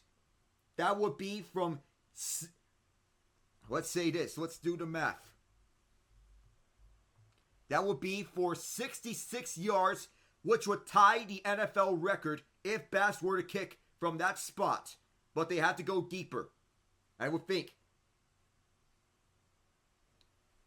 Oh my goodness. All right, the Bills offense is still out there. 8 seconds to go. They want to get Bass in range, which is around the 43-yard line. Get your receivers outside, and if you're Detroit, defend the outside. Audible here. There's only one receiver towards the outside right. Allen has to get it off in a hurry. 5 seconds, 4 seconds, and it's over the head of Dalton Kincaid. So now you're left with no choice that you either have to have a kick from Bass or do a Hail Mary. Or just simply kneel the ball down and go into the end zone, go into halftime. Yeah, that's what I think Hail Mary could be. Or just kneel out the rest of the clock. You don't need to kick a field goal, but at the same time, you don't need to throw a deep heave because it could cost you. All right. You got 3 Lions who are protecting the end zone. One of them is lined up at the back of the end zone. 2 defenders are lined up in front of the end zone right at around the 10-yard line. 2 seconds remain. And you got to get your receivers deep if you're going in a Hail Mary situation. 2 Lions are back deep. Just 5 Lions at the box. It's an empty set. Quick screen towards the right side. And the Bills are not planning to run. Oh my goodness! The referee got tripped up at the end of it. And we have a scuffle here to end the half. Dawson Knox and Ezekiel Turner in the middle of it. Jordan Phillips as well. No players have taken their helmets off, but that was a little ugly as one of the officials got tripped up off a little push and shove at the outside right. The Bills received the second half kickoff, but that was a little ugly to end the half.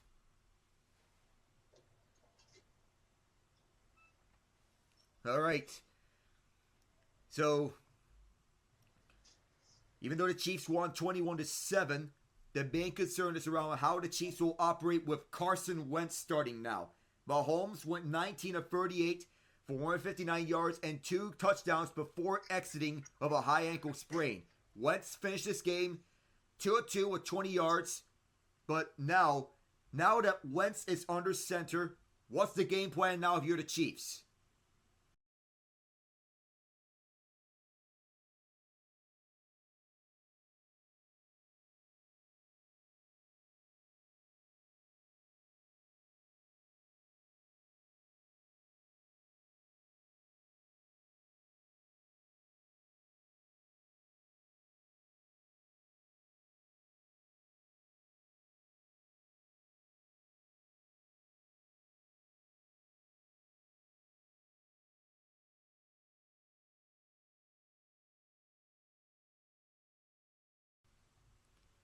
As you go on and about, so feel the game plan may need to change if, given that Mahomes is out I think run heavy could be the option to go between.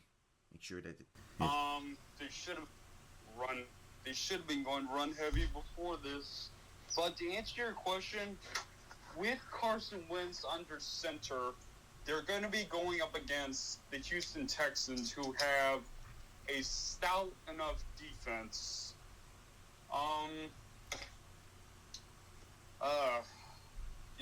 It's gonna be.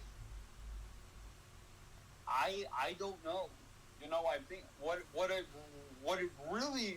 really is going to affect this is what happens what happens for these two games. If Pittsburgh and Buffalo both lose, I think that opens up two more options because they have more breathing room. But my guess is it's going to be quick. It's going to be get the ball out of Carson Wentz's hands as fast as possible. Quick strikes, slant plays. We're looking at maybe a couple of what do you call it? Play action? More points. Play action. But to be honest, I'm not sure. I'm not sure what we're going to do. Because the last time the Chiefs were in a position like this, where Mahomes was injured during the season, they weren't really trying to keep the one seed. They didn't have the. The Chiefs didn't have the one seed at the time. They needed to what do you call it? Yeah, they need to have to win and the Patriots to lose to get the two. Injured in 2019, they were in a position where.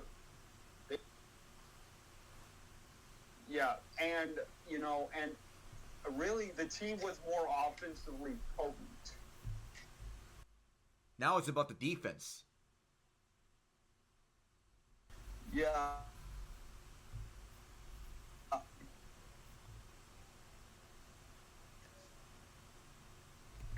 Yeah.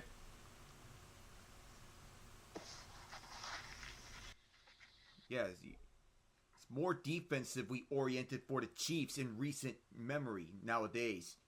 Because offensively, the Chiefs are taking what the other defense gives them.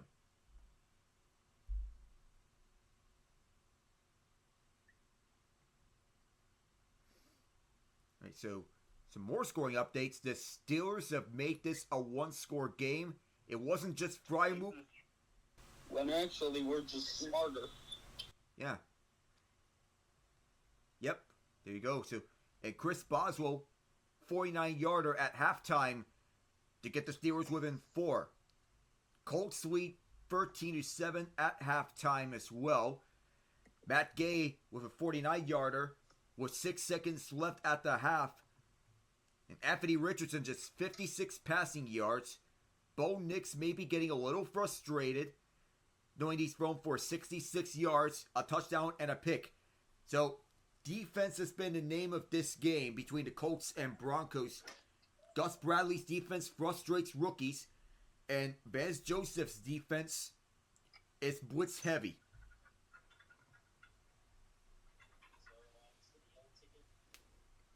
You have the Cardinals up 13-3 against the Patriots. Greg Dortch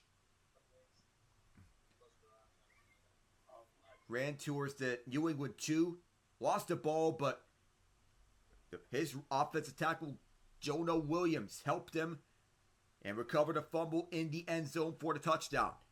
Chad Riley with 2 field goals, 49-50 and 49-35. Joey Sly with a 50-yarder. Bucks are within 4. 17-13 game over at SoFi Stadium. Chase McLaughlin with a 37-yarder. So that's to make this a 4-point game. Our featured game separated by a touchdown and extra point. Scoring from Josh Allen twice, James Cook, and then Tim Patrick and Dan Skipper. So on the day, we have 3 big man touchdowns. Dan Skipper, Sam Hubbard, and Jonah Williams.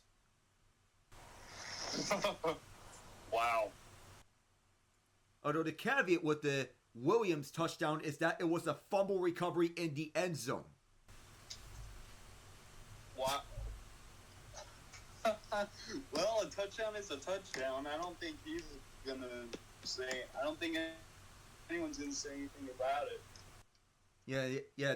Jonah Williams, he's not really gonna say anything bad about his touchdown. After all, it's a big man touchdown for Arizona. And I didn't mention one other game, the Houston Texans needing a win. They do get it against the Miami Dolphins. Nico Collins with 2 touchdown grabs, both of them from 6 yards out. And strangely enough, you'd think that the Dolphins still be running this offense by way of Tyreek Hill and Jalen Waddle. No, it's Jonnu Smith, their number 1 option at tight end, 7 yards out. But this game had a scary scene. I will not be sharing the video. Grant Dubose was carted off the field after he was hit over the middle. Jersey was cut off, face mask was removed, was placed in an oxygen mask while being tended to for over 10 minutes. Oh, Jesus.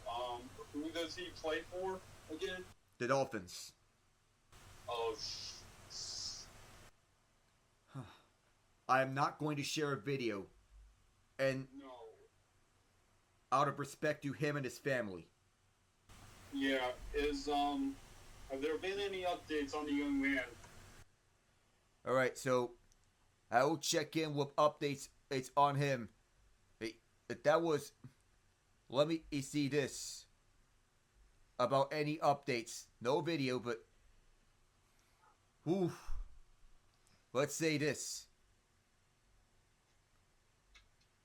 But I will encourage young quarterbacks to not throw hospital balls. Because initially that was a hospital ball from Tua over the middle. I'm not going to show the detail because it was scary. Yeah. Was it now? This is completely irrelevant at this point, but I'm just curious. Was the hit legal? So, like, was the hit applied legal, or was it dirty? as I'm trying to look at this and check every drive from the Dolphins in this game and where exactly and when exactly Dubose got hit. Because, let's see. So it was not an offsetting between Autry and Carmen. It was not that. Nope. But don't worry, I'm still checking around about out of it. Just tough.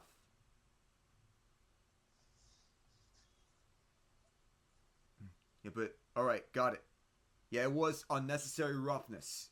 That's what it was. They marked the play unnecessary roughness on the Texans for that hit. It was in the third quarter, in the early stages of it, when Dubose got hit hard. And D'Amico Ryans offered his prayers. Ah, man. Yeah. Oh my god, I regret seeing in the video.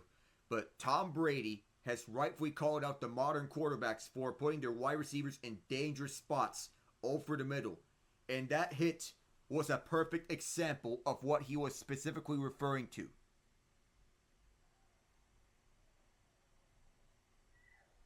And it was helmet to helmet. Yep, that's dirty. Yep. Textbook dirty hit. I don't know what else to say.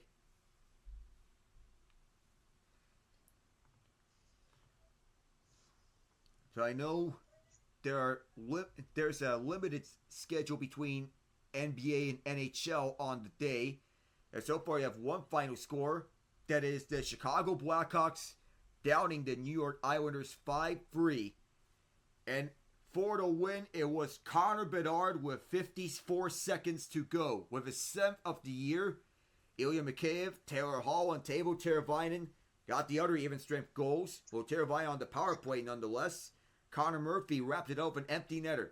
Ryan Pulock, Simon Holmstrom, and Noah Dobson for the Islanders got the goals. And something else with the Islanders, they put Oliver Wahlstrom on waivers. The Boston Bruins were willing to take his contract for free.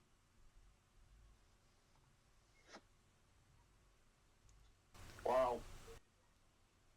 Now, don't get me wrong, he was struggling with the Islanders and not developing as advertised well. The other first-round selection for the same draft in which he was at, Noah Dobson, turned into their number one defenseman.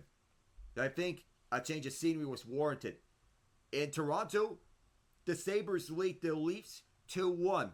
Jack Quinn on the man advantage and Alex Tuch a minute and 43 seconds apart early in the first period. But Max Domi finally has his first goal of the season. Nick Robertson, the primary assist. Probably as change of scenery will be useful for the two of them. And the Hurricanes up 2-0 at the start of the second period. The goals from Sebastian Aho shorthanded and William Carrier at even strength. It's going nicely for the bunch of jerks. At halftime, the Pacers lead the Pelicans 59-42. Tyrese Halliburton with 12 points. Trey Murphy leading the Pels with 8. So, we're starting the third quarter soon enough. The Bills lead the Lions 21-14. And the Bills all rushing touchdowns against the Lions. 2 passing touchdowns. Tim Patrick went up and over as he leapt right over Christian Benford for the first touchdown for Detroit. And then Dan Skipper made the earth rumble with the big man touchdown, leaned head first on the Bills defender right in front of him. And that is where we got here. A pair of missed kicks for Tyler Bass and Jake Bates.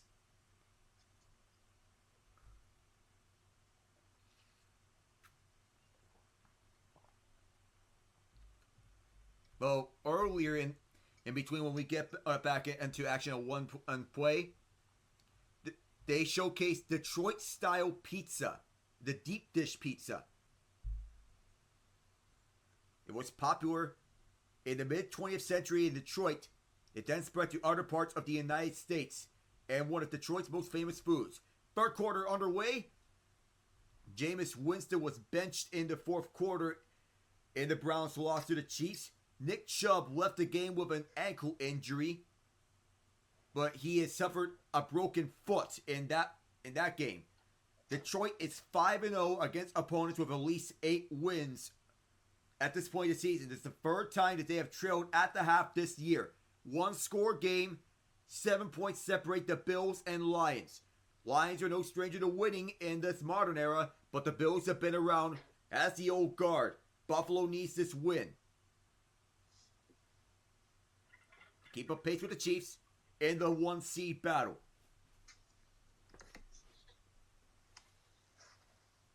And Allen, the third player, 250 plus passing yards and 2 rushing touchdowns in the first half. Matt Collins was the motion man. Allen hands off for the middle for Johnson. Johnson's been a workhorse in the first half and gets 4 yards out of this one. 8 seconds in. Touchdown to interception ratios 2-0 for both Allen and Jared Goff. Allen is 14-19 for 254 yards. Goff 12-20 for 161 yards. So, this quarterback battle and a duel between 2 potential Pro Bowl quarterbacks. We know Allen is going to be in the Pro Bowl conversation every year. Goff could be in that same conversation as well this year. 2nd and 6 on a shotgun set with 3 receivers to the right. Tight end at the left is Dawson Knox. Allen, all the pressure is on his left side. Allen, he'll heat this one up and finds Ty Johnson. There is a flag down. If this holds up, the Bills are in Lions territory.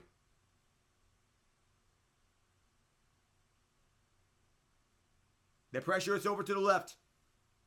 And Owl is forced over to his right.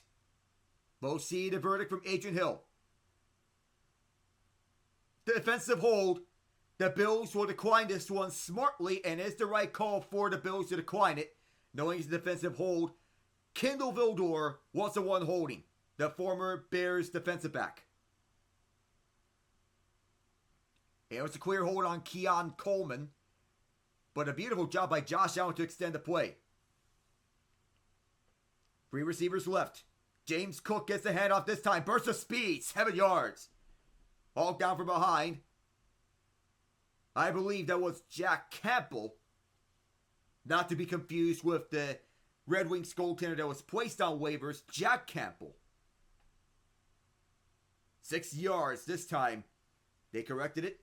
It'll be 2nd and 4 as they'll get set up. But this Buffalo team, knowing how to utilize the pass game and the run game to their advantage.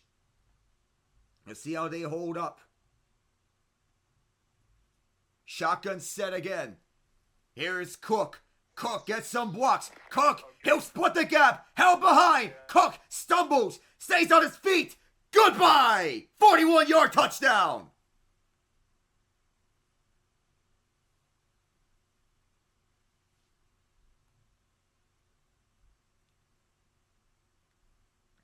He and Josh Allen with 2 touchdowns each on the ground.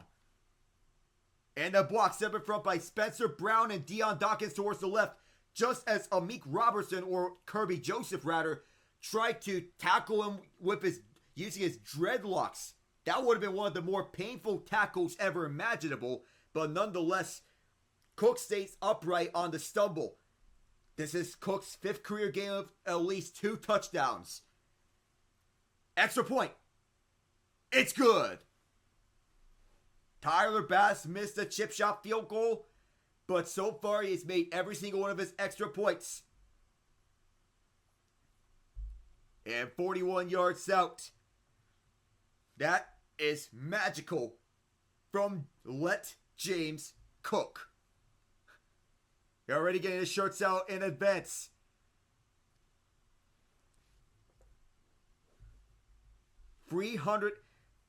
Hear this out, Ian. The Bills are outgaining the Lions in the total yards battle 395 to 189. That right there is... I don't even know what to say.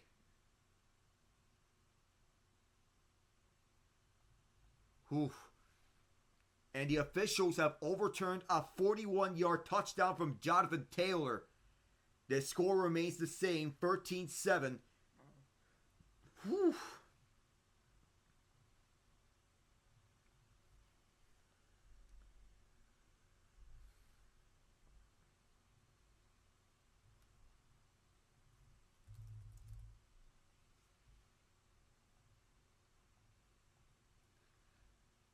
Yeah, I'll check in with the NHL score lines right now. Kirill Kaprizov gets the Wild on the board. 1-0 at the State of Hockey. Kaprizov from Mats Zuccarello. That is the goal. Other score lines have remained the same so far. Celtics Wizards underway. Knicks Magic also underway. Other games that have yet to be played in the association. Timberwolves and Spurs. Trailblazers and Suns. Mavericks and Warriors. Grizzlies and Lakers. The Mavericks have found their footing, and they have ascended to being a top 4 seed in the West. Grizzlies are a top 3 seed in the West as well. Lakers on a free fall. Suns once again dealing with the absence of Kevin Durant. Going up against the Portland Trailblazers, who are struggling to find their footing once again. So now as we get back, you check some score lines over at the NFL. Their side, 16-13, 16-3 Cardinals off a third field goal from Chad Ryland, 40 yards out. Baker Mayfield finds Mike Evans for the touchdown for the Buccaneers. The Bucs take the lead 20-17. Buffalo leads 28-14. Once again, it's a 14-point margin Tyler Bass sends this one off. Still going here at Ford Field. It is cold outside. Ford, very popular manufacturer of automobiles here in the United States, thanks to Henry Ford.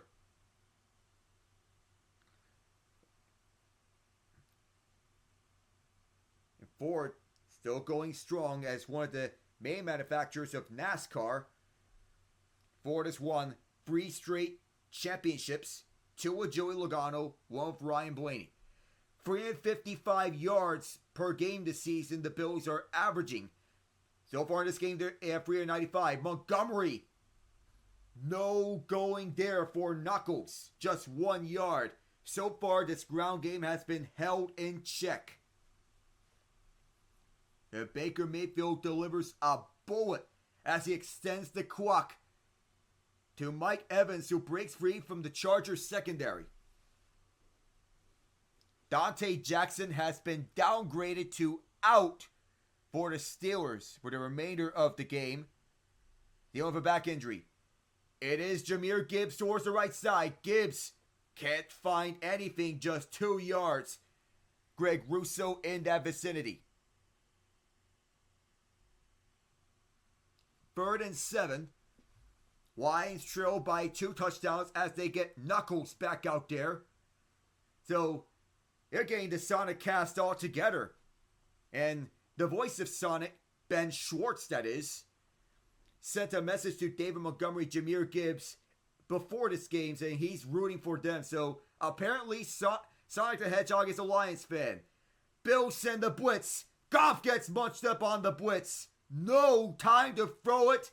And it is Greg Rousseau with Von Miller who combine for the sack.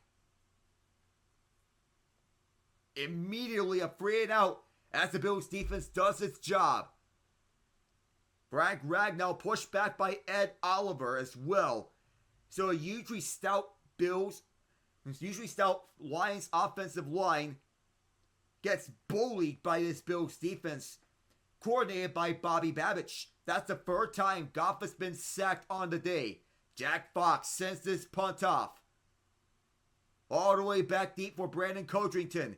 Gets 2 blocks, shifts directions towards the right. Flag is down. Marched up at the 20-yard line. 3 minutes, 44 seconds into the 3rd quarter. Good special teams by the Lions. But because of that quick 3 and out, it sets the Bills up in a good position. Jack Fox.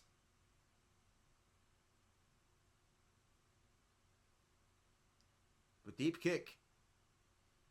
It is a hold against the return team, the Bills. We'll have an official timeout. Bills lead 28-14. Quentin Morris caught with a hold. It'll be half the distance to the goal, so the Bills will start from their own 8-yard line.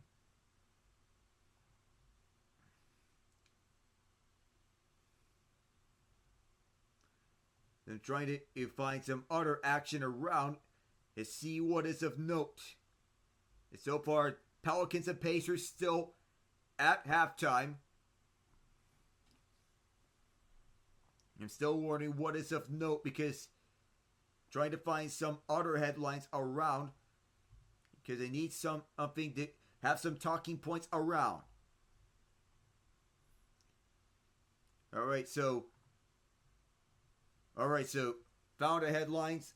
The Leafs, they place Anthony Stolarz on the IR. What is only known about Stolarz is that he sustained a lower body injury the first period of the Leafs' 3-2 win over the Ducks.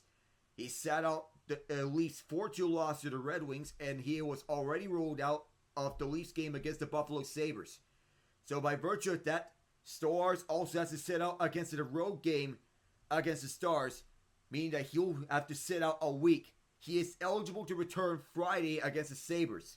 So the Leafs will have to rely on Joseph Woll and Dennis Hildeby in the absence of Stolarz. He's having himself a solid season. 215 GA and a 927 save percentage in 17 games this season.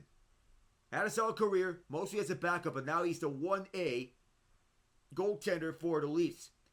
And by the way, we do have an extension. Keegan Colasar signed to a 3-year, $7.5 million total contract extension that runs through 2028. Has a cap hit of $2.5 million. Colasar was acquired in June 2017 for the Columbus Blue Jackets for a second-round pick in that year's draft.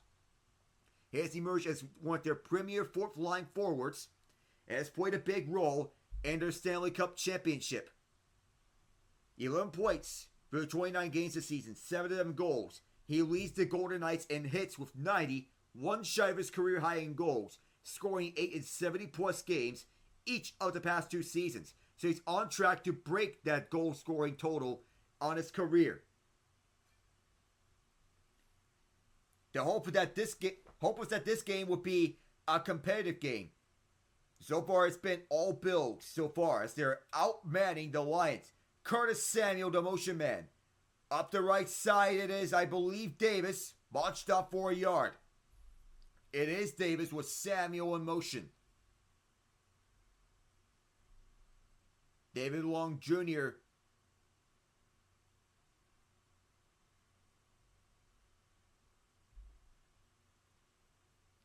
Josh Allen levered away. 2 quarters are ruled out for the remainder of the game. Khalil Dorsey was carted off.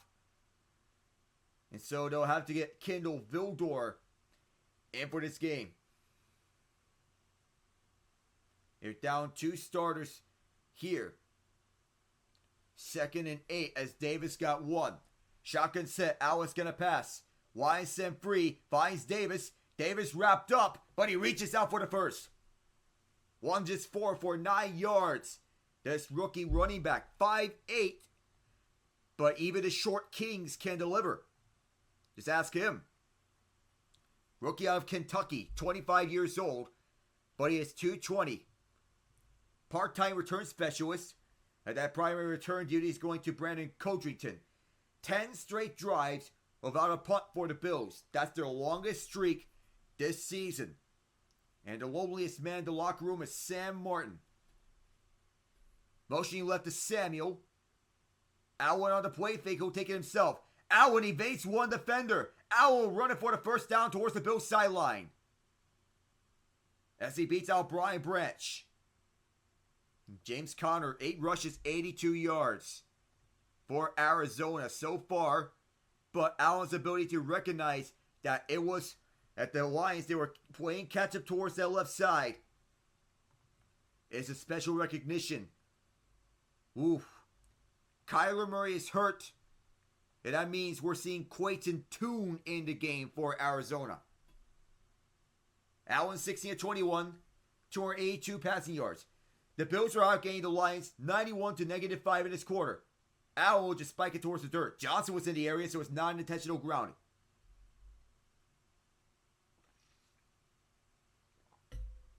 Design screenplay.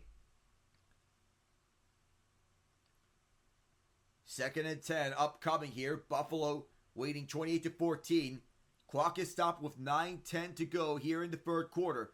And Jamal Adams on the sideline here for the Lions. Aaron Glenn calling the shots. Offensive line gets set. Shotgun set. 2 left and 2 right. Dawson Knox comes back left. 4-man rush. Allen will step up in front. He'll take it himself. Allen gets the first down as he was pursued from behind by Ezekiel Turner. 6 minutes deep in the quarter.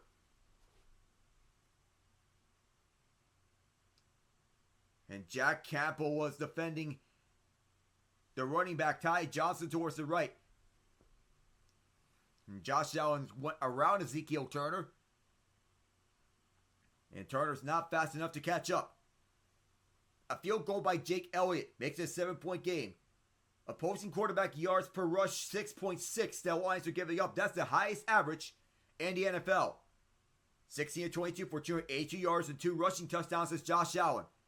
He'll give it to Ray Davis. Shoestring from behind. Lots of free.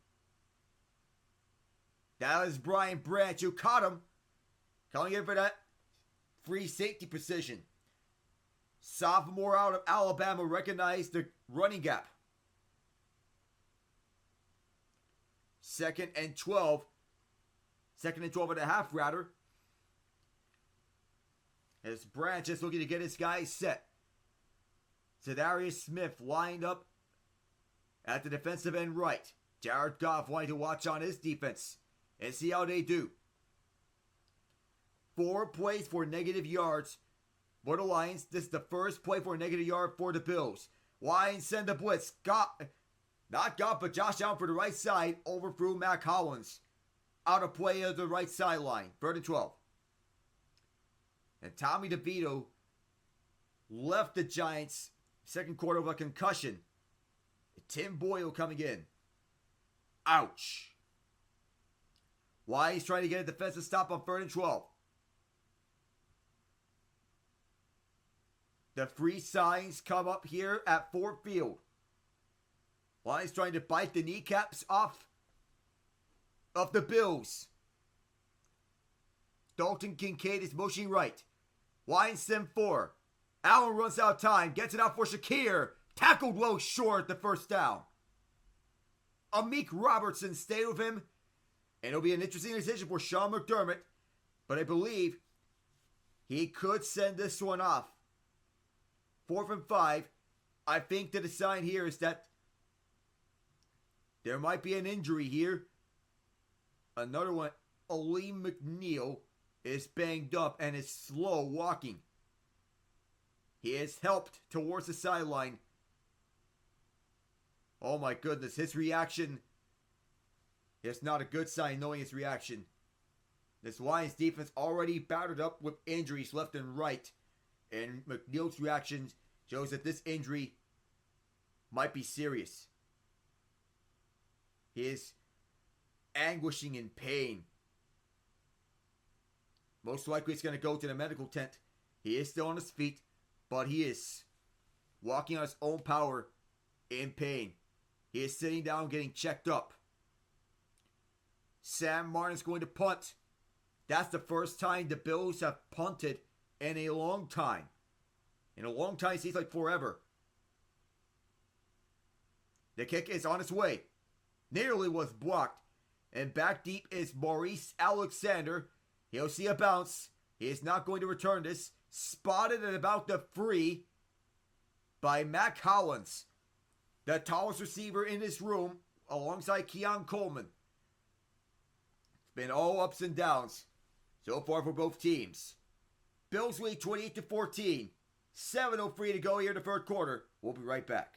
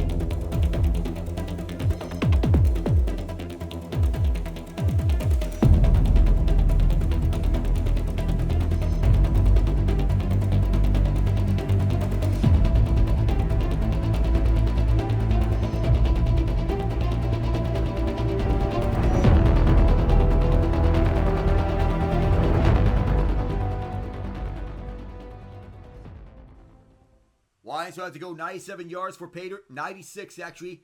They spot the ball at the 4-yard line. That was the spot in which Mac Hollins downed it. Goff backed up on his own end zone, gets it off to David Montgomery, who runs for the first down. At the 17-yard line, he is down. On down by Terrell Bernard towards that right sideline. That's the Lions side where Lee McNeil was getting checked up. It's a play fake towards Montgomery and a crucial block towards the right side. That was picked up as Montgomery cuts around Matt Milano.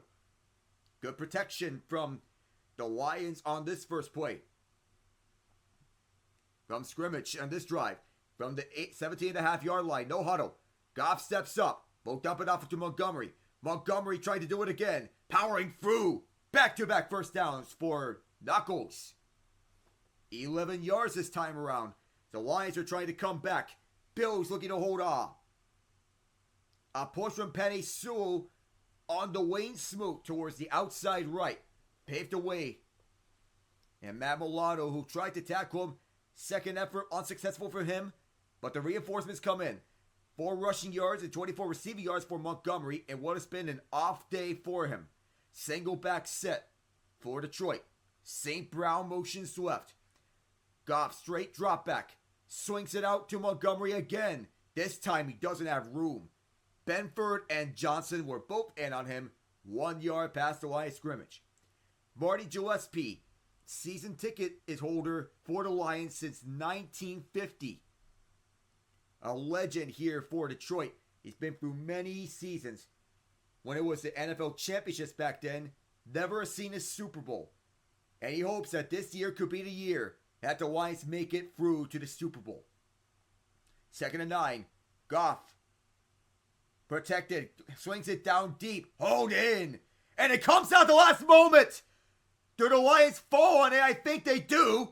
Kaiir Elam's pointing towards the Lions side, thinking the Bills have it. Flag is down.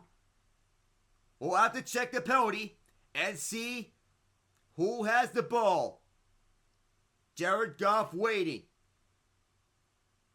4:51 to go here in the third quarter.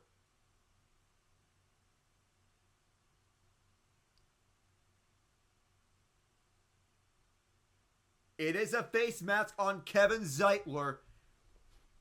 That was before the ball came out. Or actually it was Graham Glasgow, not Kevin Zeitler. They got the call right, but the number wrong. So it's half the distance to the goal, retroactive to spot the foul. As Amon-Ra St. Brown. It's a completion. Both feet are down. And then the ball comes down the end. Then Jahmyr Gibbs jumps onto the ball. Didn't have it. Kaiir Elam. Oh, looks like Buffalo may have picked it up. We're going to take a further look at this. I think the Bills have the ball. Sean McDermott can challenge this play. He does have the red flag out. 2nd and 23.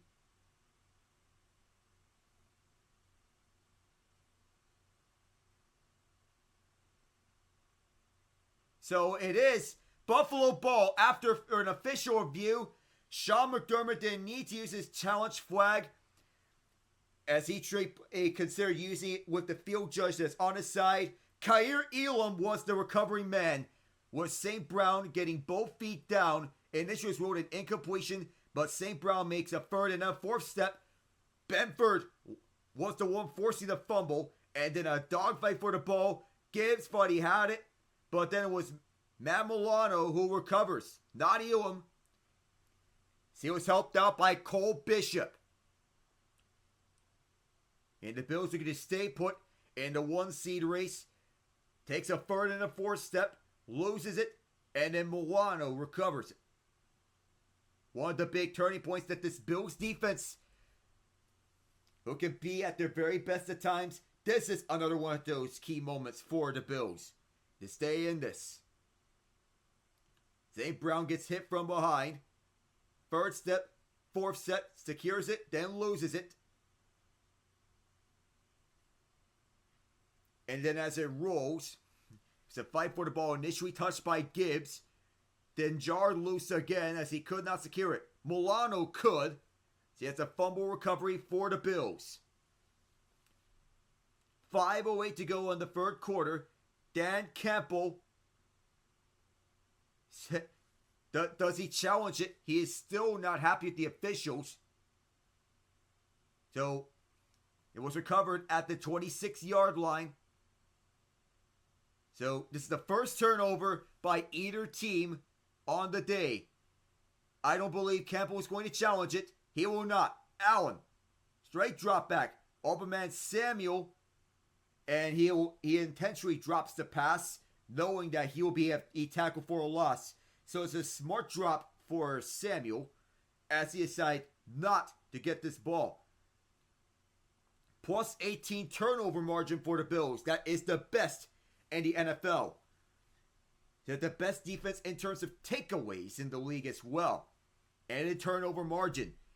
Opportunistic when they get the chance. Free receivers left on a shotgun set. 2nd and 10. It is James Cook. Well, he cooked some more. He cooked for 8 yards, all right. That was what the Bills were 3rd and 2. Helped up by Zadarius Smith as they embrace. So it was a big blow for Aleem McNeil. He might have blown something on his leg. He was carted off. Another heavy blow to this Lions defense that can't keep taking blows. 440 to 227 yards. The Bills have the advantage. Keon Coleman motions right. One receiver to the right. It is Cook. Does he get the edge? He does.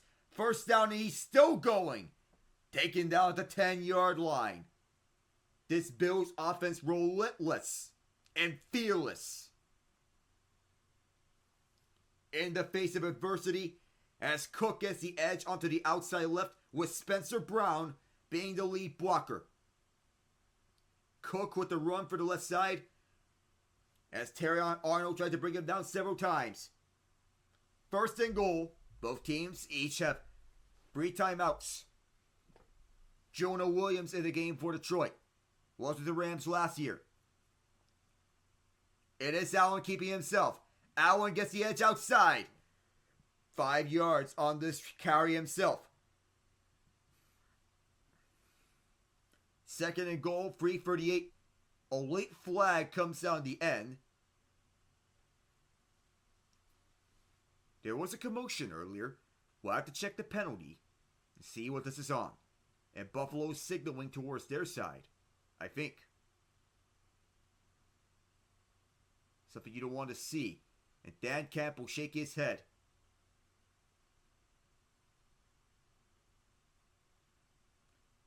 Adrian Hill to make the call.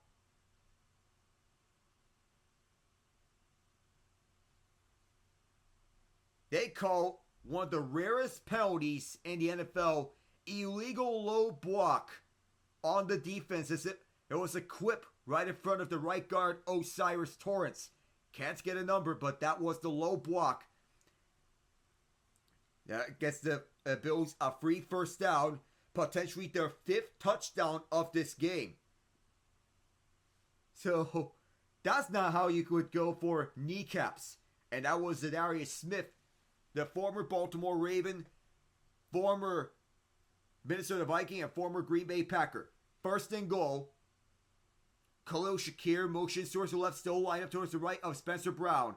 They'll give it to Shakir, punches forward, and that's 5 touchdowns. The drive for 5 commences.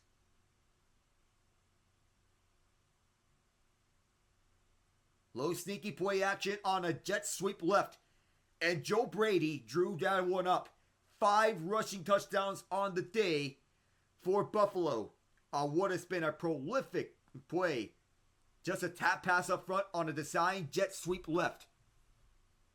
And Shakir with his 4th receiving touchdown this season, technically. James Conner plunges in from 1 yard out. Cardinals lead 23-3. This is their 8th straight game of at least 30 points. That's the longest single season streak in NFL history for the Buffalo Bills. Tyler Bass is 4 for 4. The extra points run to left hash. 3 rushes, 2 passes on this drive. And Bass is 5 for 5 to continue this drive for 5. So now the Lions face their largest deficit on the season, beating out the 16-point deficit against the Houston Texans. The Bills have a good chance to put this one away. 35-14 when we come back from Ford Field.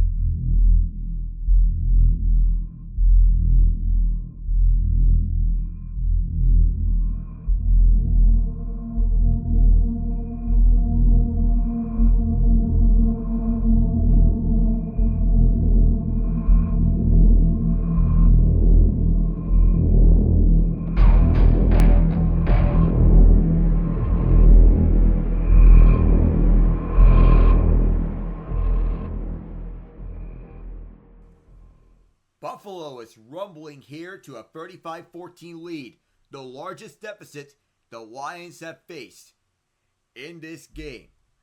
As we look around through the other scores, the Eagles up 20-13, a chance to extend to 14 points as they are at the Steelers' 1-yard line to end the third quarter. Colts lead the Broncos 13-10 as we get you back up to speed. They're at their own territory, 3rd and 3. 35-14, Buffalo leads here. It was a tight game. Not anymore. Will Lutz drilled a 44-yarder. Get the Broncos within 3. The Buccaneers with the Chargers, 30-17. Mike Evans with his second touchdown reception, 35 yards out. And Chase McLaughlin looks a 42-yarder. Now do the Chargers come back? That is a big question. First down, as it's a play fake towards the left. Goff have a hold of it towards the left side, leaping up and out of the reach of Sam LaPorta as he tried to Air Jordan that ball. Jahmyr Gibbs was the man who, and receiving it at the play fake. Right in coverage, one-on-one towards the left side as LaPorta had to jump up and catch it one-handed. Sometimes a simpler catch is enough. Just a misread by Goff. 2nd and 10 with 3 receivers towards the right. Shotgun set. It is Goff. Throwing towards the left side, finding Gibbs. Gibbs brought down from behind by Cole Bishop. That will move to sticks though. 10 yards for Sonic. But it seems that Team Dark is getting the best of them. Shadow, Rouge, Eggman. You know the stuff. And I'm talking Sonic Adventure 2. 3 minutes to go here in the third. Goff leading the way for the Bills. Motion man towards the left side as a single back set. St. Brown towards the left. On a play fake, Goff. He'll throw this one off. Goff launches this down deep. It is caught and dropped. Jameson Williams had it and lost it. Flag is down, however. Goff dialed up a dime for Williams. Cole Bishop defending.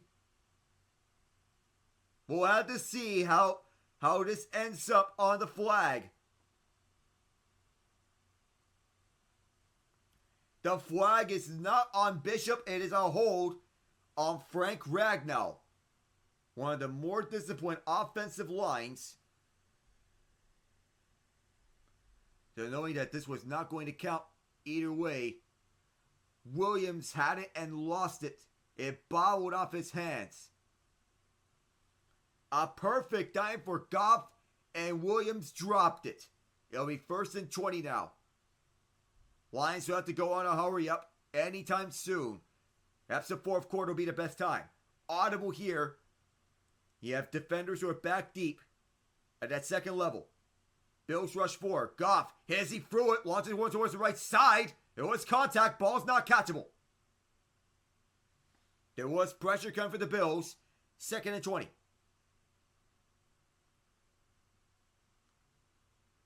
It's Baker Mayfield going one-on-one towards the middle.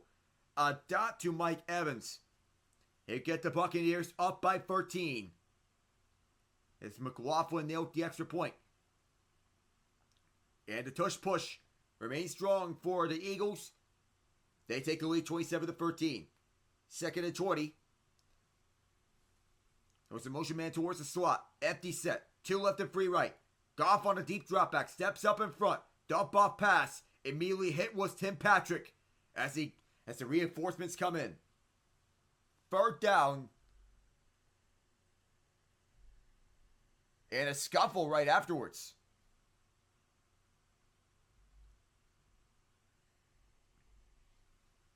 Yeah, the guys have to get separated at the end of it all.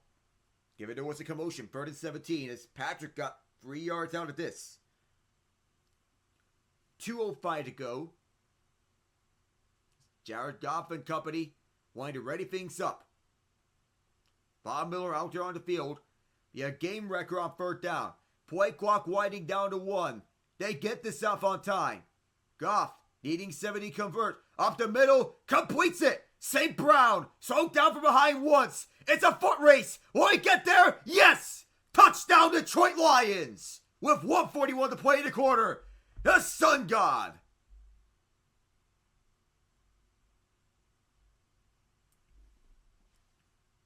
It is now a 15-point game here at Motown. St. Brown was 10th receiving touchdown, 2nd most in the NFL. As he torched up this Bills secondary up through the middle. As good as he can get as he shakes off the Cam Lewis shoestring. And beats out both Christian Benford and Cole Bishop. And a catch and run on 3rd and 17.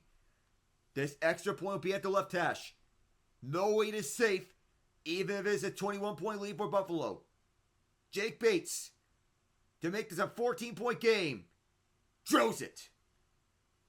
1:41 to go in the quarter. 16:41 to go in the game overall. We're not done yet. The Lions still have life.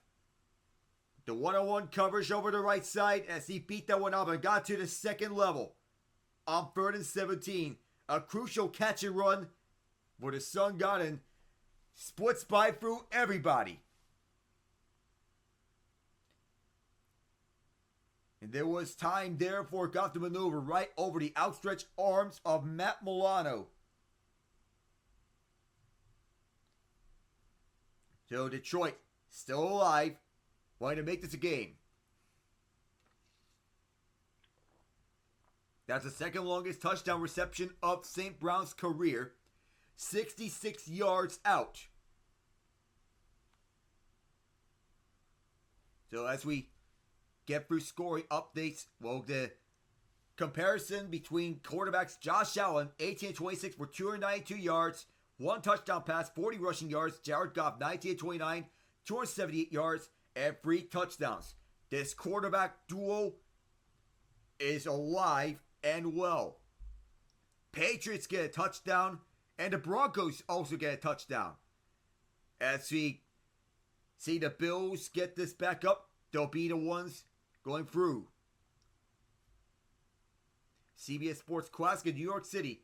UNC and UCLA, followed by Kentucky and Ohio State. So,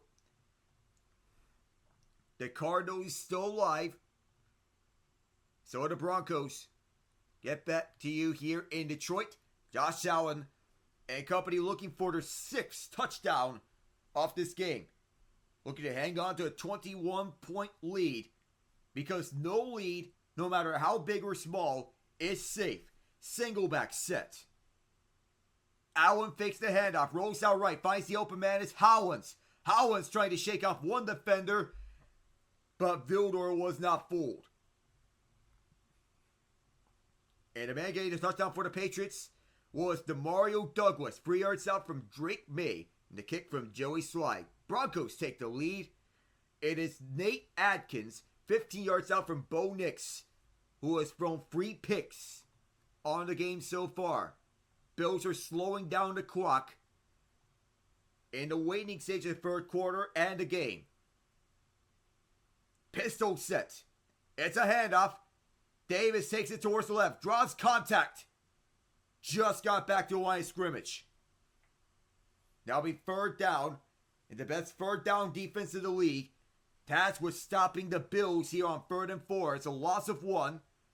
As Davis got the block in front from Reggie Gilliam. Stumbles. And then gets back upright. But not before Brian Branch wrapped him up. Opposing 3rd down conversion percentage against the Lions is 31.3%. And I don't mince words when I say the Lions have the best 3rd down defense in the league. Dalton Kincaid motions left. It is Allen trying to find an open man. Launches one towards the left side. Hold in! It's Kincaid! In the Lion territory. Past 2 defenders. It was double teamed. Bills are past the 35. They are not taking their foot off the gas pedal. 29 yards on the catch by Kincaid. And that may likely be the last play of the 3rd quarter. In a potential Super Bowl preview, the Bills lead 35-21 heading into the 4th quarter. The final frame in regulation is next.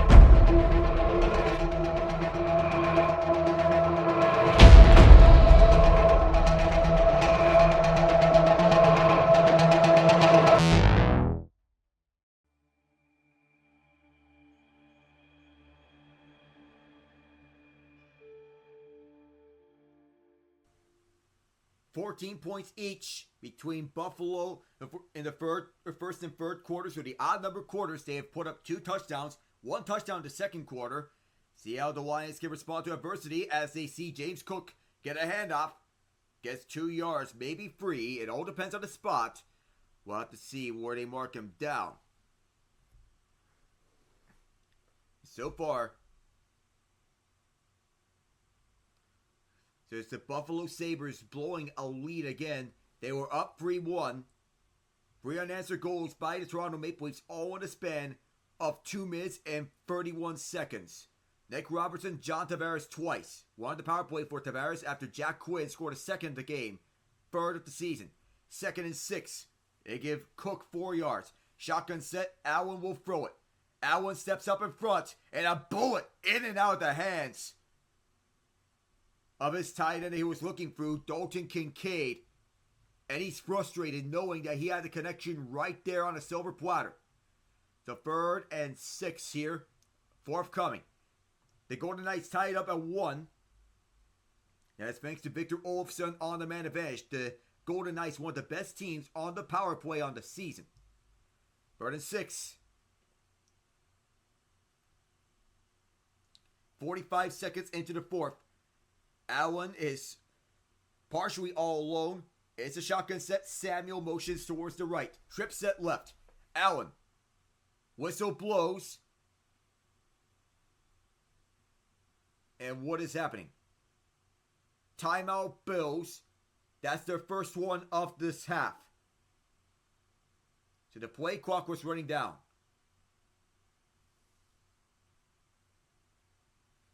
Sean McDermott looks outwards knowing that the play clock was about to run out.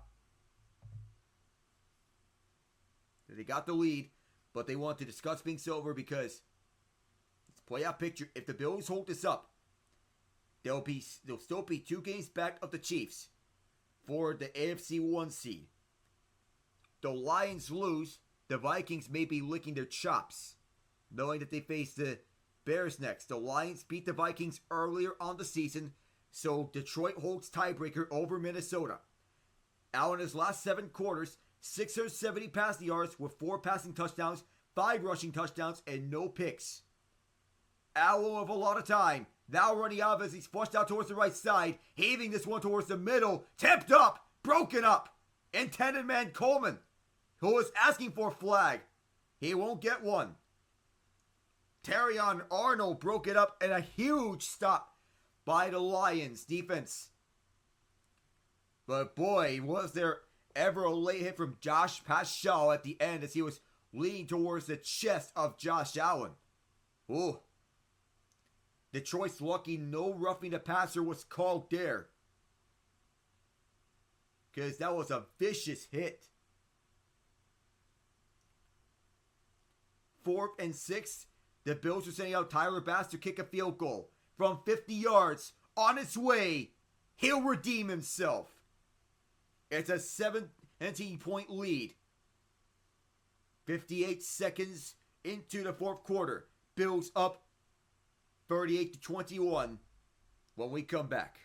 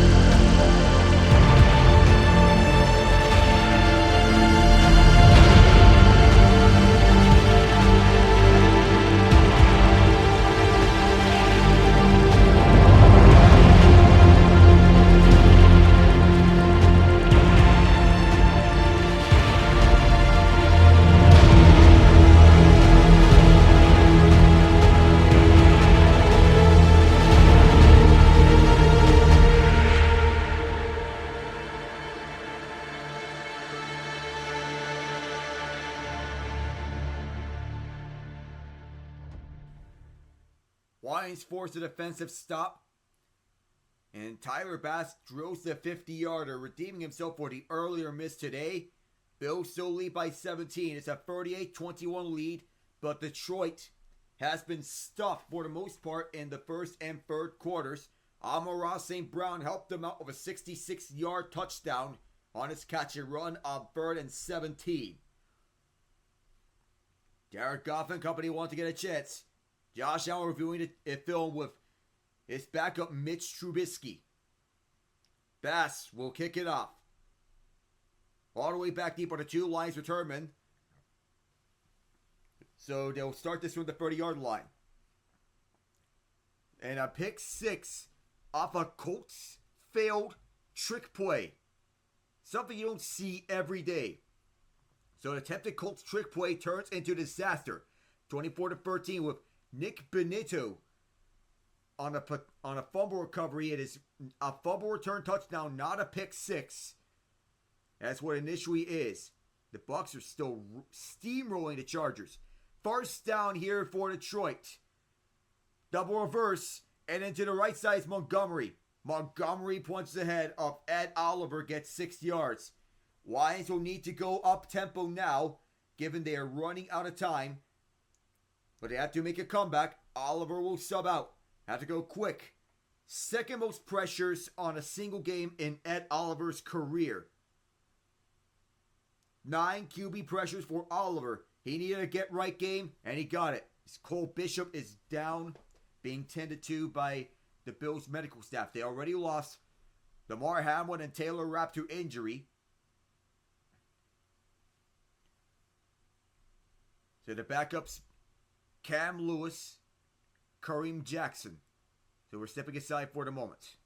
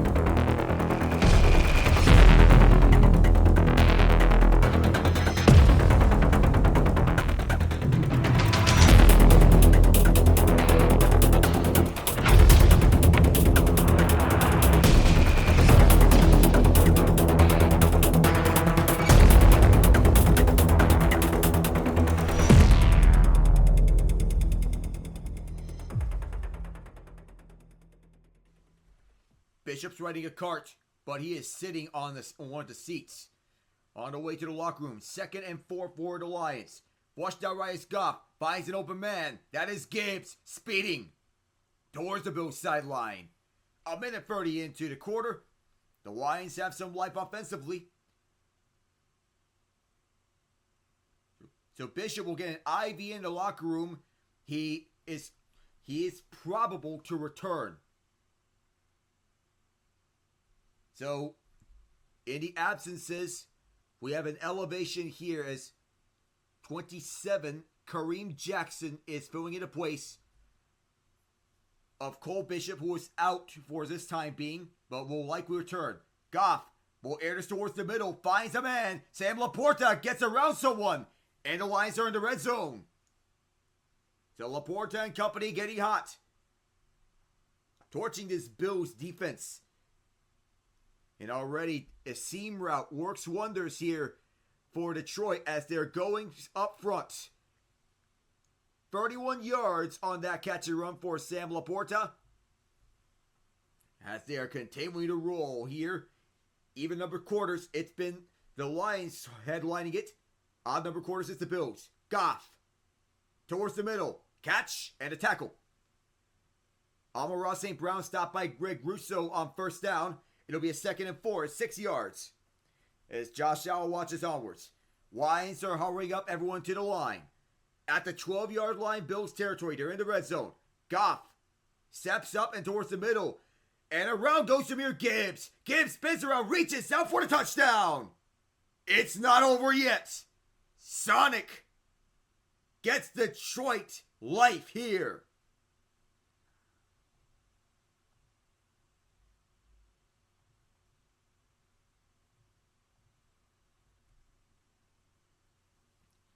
Shakes off one man and then the other.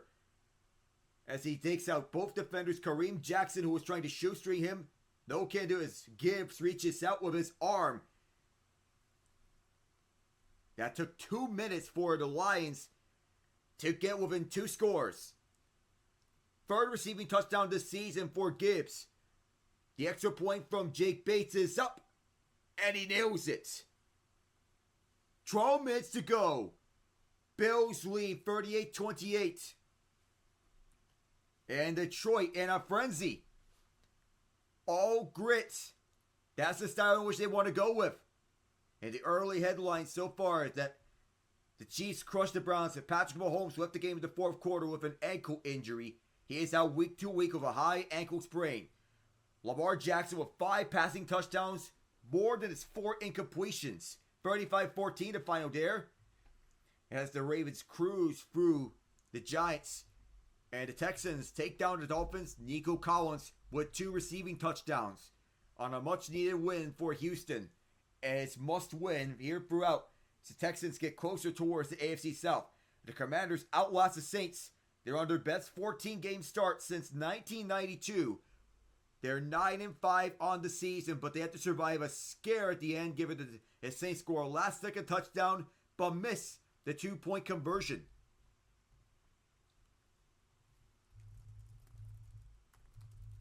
And the Lions, they're acquiring an onside kick.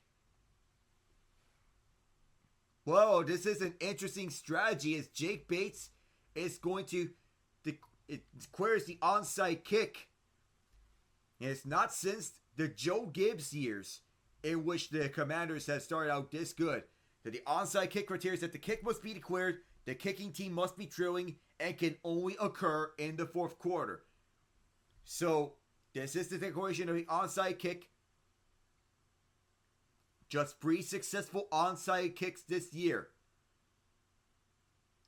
Bates will set up.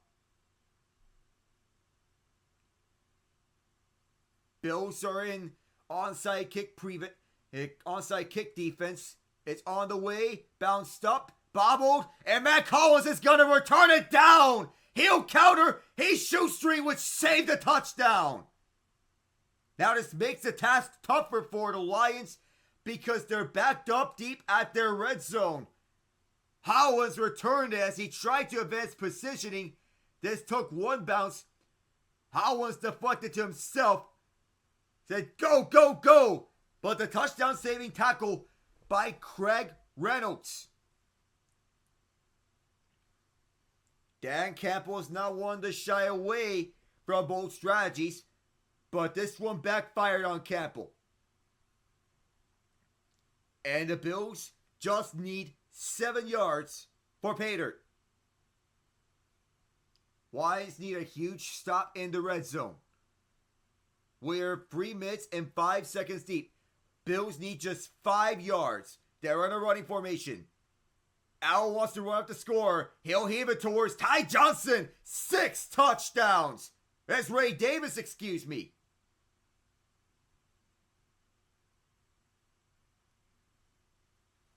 And that makes the task tougher for the Lions. That was very quick. An onside kick recovery and one play was all it took. And the Bills, a step closer to restoring their 17-point lead. If Allen rolling out towards the right side, in back-to-back games, the Bills have put up at least 42 points. Forget 40, 42 points. Even though they lost last week, it's their second straight game. This is the third time that this has happened consecutively in franchise history. Bass hits the extra point, and they're now at 45. And it's all smiles over at the 716 and all high fives here at Buffalo. In a time in which, and while the Sabres are losing, the Bills are winning. So there's one bright spot to look for at the 716. You get a scoring update from Raleigh, North Carolina. The Hurricanes up 3-1. Jordan Martinook in the second period. Dmitry Voronkov scored for Columbus. There was a goal that was waved off for Carolina. But the lead is still 3-1 for the Canes. Blues are on the board. 1-0 they lead the Rangers, who are on a free fall. Pavel Buchnevich on his former team with 1 minute and 9 seconds left in the first period. Bass was set up. Lions need quick strikes. So I doubt that after that touchdown, Campbell wants to go back to the onside kick. You got to find a way to stop the offense, but this Lions defense, all the injuries, but considered a top unit. But the Lions are not using injuries as an excuse. And bad news for the Steelers, TJ Watt is hurt. Oh my goodness, no.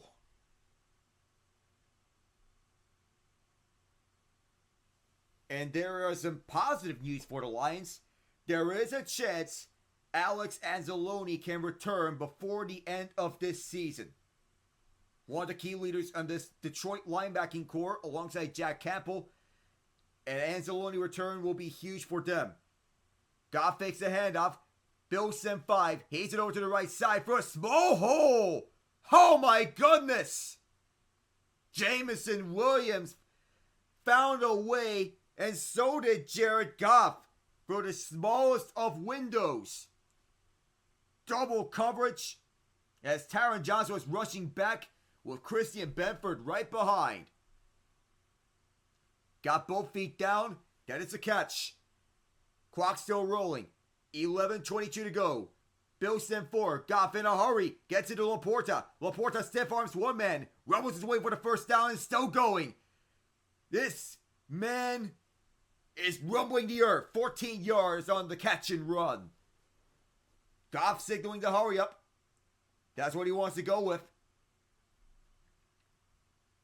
Get your best guys out there on the field. They're utilizing Montgomery here. Safety blitz for the Bills. Goff gets it off to the left side. And that is, I believe, is Sam LaPorta again. 10 yards again. Lions are operating in a hurry up, trying to exhaust this Bills defense. They're at their 29-yard line. 9 yards away from the red zone. Goff again.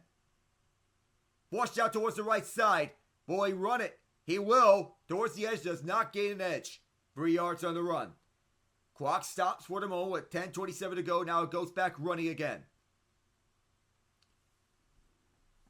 Bills up 45-28. Lions want to make a comeback. They trailed by 21 points.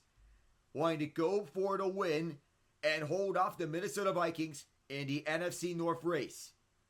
Balon Spector out there onto the field. 2nd and 7. Shotgun set at the Bills 26. 2 receivers left and right. It's Goff.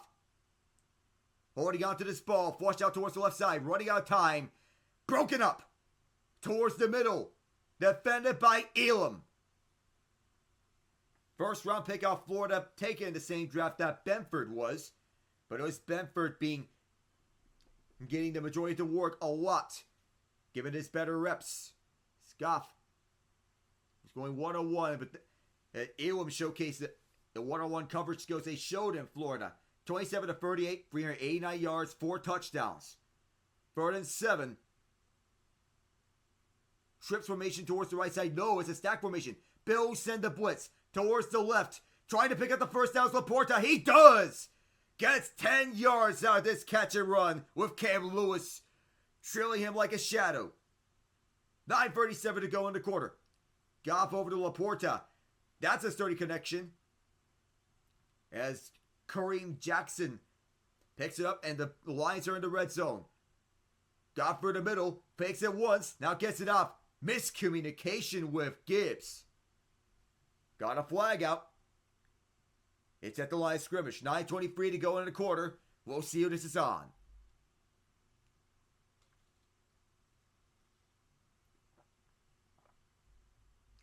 Again, Frank Ragnow. That's his second holding penalty of the game. That will not bode wonders for him as he tugged Ed Oliver, who's having himself a career game in terms of quarterback pressures. And Ragnow had no choice but to hold Oliver as to avoid Oliver from getting to Goff. 498 to 425. The Bills outgained the Lions in total yards.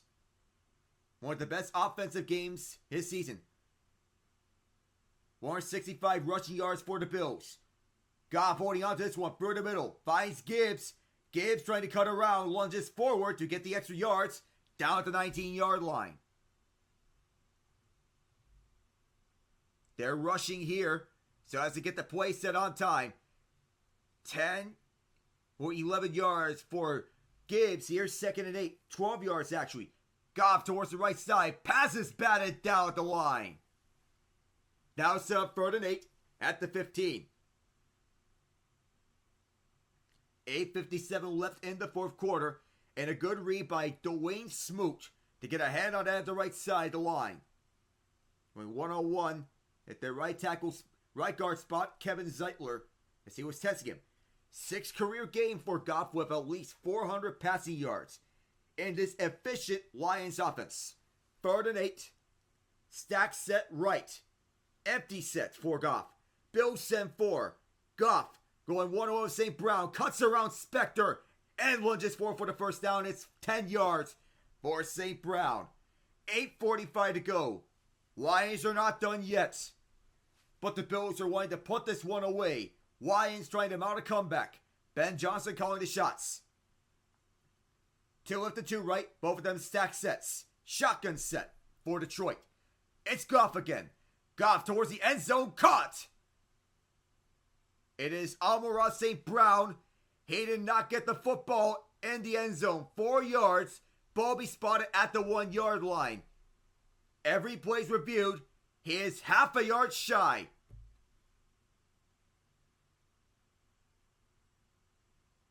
And what will we have here? Is this going to be an official review? 8:10 to play in the quarter. They want to review this touchdown. That St. Brown's feet are in the end zone, but the football was not. Let's see if he... It's like to see where the line of scrimmage would be if St. Brown caught it. He had possession, but the football was not in the end zone. This looks like Tony Pollard against the Dolphins when his feet were in the end zone, but the ball was not. When he spun around, he was down. It is 2nd down. His knee was down at the half-yard line. That's where the line of scrimmage will be. 8:10 to go. You gotta have the football in the end zone at the same time as your feet are. 2nd and goal from a half-yard out. The Lions can just sneak this in, but they're going with a shotgun set. Could it be a direct snap to Sam LaPorta? It will not. Gibbs, second effort. He's in. Touchdown, Detroit. That blocking made it happen. And Gibbs pulls ahead for his second touchdown this game. Set up blocks right in front. And a second push in front. Great call by Ben Johnson to get up front. And a rushing lane integrity. Manned by Graham Glasgow and Frank Ragnall. Kevin Zeitler was in front as well. The 11th rushing touchdown for Gibbs on the year. Jake Bates can make this 45-35 with the Bills still lead. Extra points up. Perfect all the way. 8:02 to go here in the quarter. Lions still trail by 10, trying to mount this comeback. Can they get it done? Josh Allen and company want to avert it. But don't go away. We are not done just yet. Dan Kempel's the tight end his playing days. We're staying with you here from Ford Field. This has been a fun one so far. 2-0 and 2-0 the touchdown to interception ratio for Josh Allen. 4-0 for Jared Goff. 333 passing yards for Allen, 21-31. For Goff, it's 31-43 for 424 passing yards. And as for the rushing yards here, Jahmyr Gibbs is their best rusher. 31 rushing yards, 1 touchdown on 8 carries. For Buffalo is James Cook, 12 carries, 1 free yards, and 2 touchdowns. Josh Allen with 2 touchdowns on the ground on 7 carries, 40 yards. Ray Davis, 6 carries, 13 yards. Ty Johnson, 2 carries, 9 yards. So they will not declare for the onside kick this time, the Lions. So they decide not to go back to the trickery. That bit them. That caused the Bills to go up 45-28. It's now a 10-point lead for the Bills. And Jake Bates sends this one off all the way back to the end zone. In the fielding and taking it out of bounds, Brandon Codrington just set up Buffalo at their 30. We'll check in with the scores outside. Tampa Bay is running away with this. 40-17, they lead the Chargers and are on track to win it. Rachaad White, 11-yard touchdown pass from Baker Mayfield. Chase McLaughlin drills a 43-yarder. So we'll get back to the scores in a moment. As we get set to you here from Ford Field, Allen having himself an MVP caliber performance. And Jared Goff with 4 touchdown passes trying to reinsert him and some down ballot MVP votes. Cook has nowhere to go, finds a small hole. 3 yards out this one with Ezekiel Turner watching that gap. 27-13, the Eagles lead. And the Eagles have all but iced it. Broncos up 31-13. The latest touchdown from Cortland Sutton. Joe Brady calling the shots from upstairs. Ben Johnson's out on the field for Detroit. 11th ranked rushing offense, 12th ranked passing offense, 10th ranked total offense. 501 to 451 in terms of total yards in favor of Buffalo.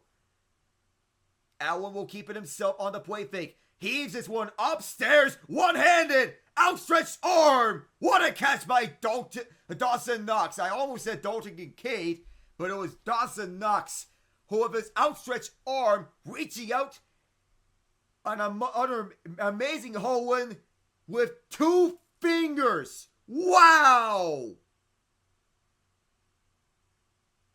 And as he gets that open, these tight ends are former basketball players. So you would anticipate that tight ends would make some one-handed grabs.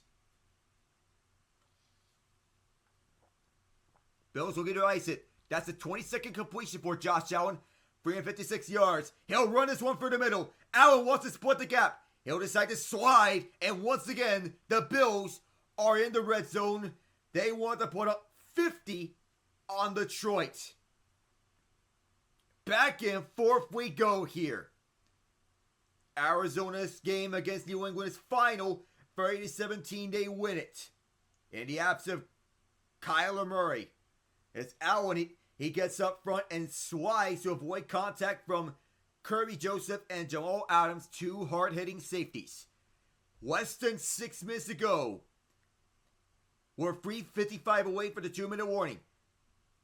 Owl will throw a screen pass to Khalil Shakir. Shakir trying to find running room. The block from Samuel didn't last long. The Bills are 5:42 from victory.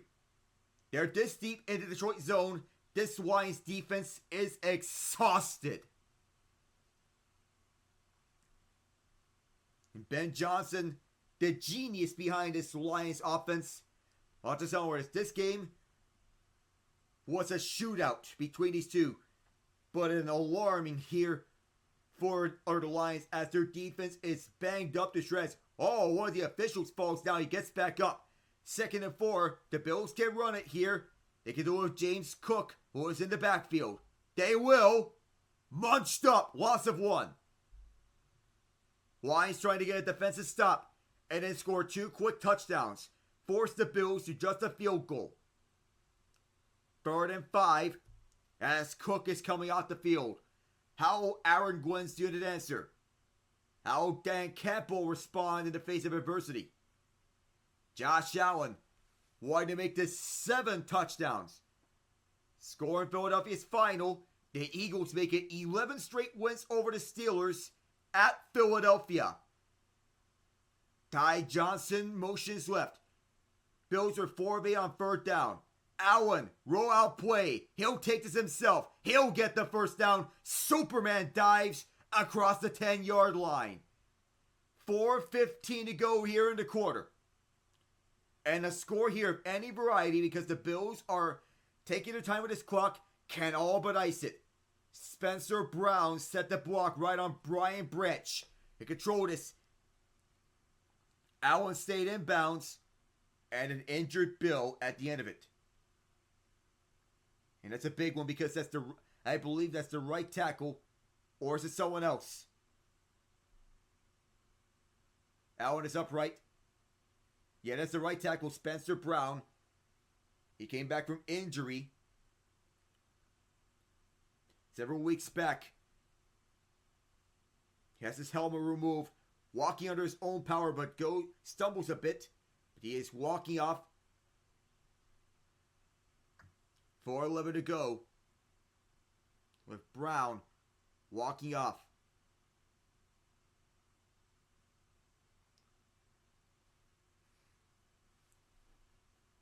Ryan Van Denmark will sub in his place at right tackle.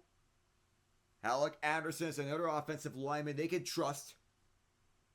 But Anderson is most relied on as the 6th offensive lineman. So in the wake of Brown's injury, they'll slot in Van Denmark. 23 of 33 for 361 passing yards, 2 touchdowns is Josh Allen. Has 70 rushing yards, 2 rushing touchdowns.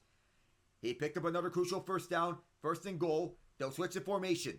James Cook towards the right of Allen. Just one receiver towards the left. No motion here. Allen will keep. Watch towards the right side. He'll be tackled. Just gets back to the line of scrimmage. All the Bills really need to do is run out as much clock as possible. Because if they milk the rest of this clock out, and the game could be all but over unless we have a miracle here at Ford Field. In pursuit was Ben Neiman and his bare bones defense at the front 7. Aiden Hutchinson, Marcus Davenport injured. Alex Anzalone, Jalen Reeves-Maben, Malcolm Rodriguez injured. Those are the names that are on IR. Anzalone can return before the end of the regular season. Hutchinson before the NFC Championship game. Allen gets this one off, and that is not what the Bills want to do, especially this late in the game. To have the clock stop. 3rd and goal, 2:55 to go. That was Ben Neiman who forced the pressure up for the middle, got a hand on the ball as he read this swing pass towards the left.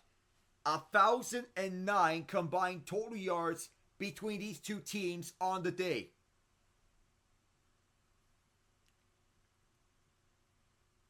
A shootout of all sorts.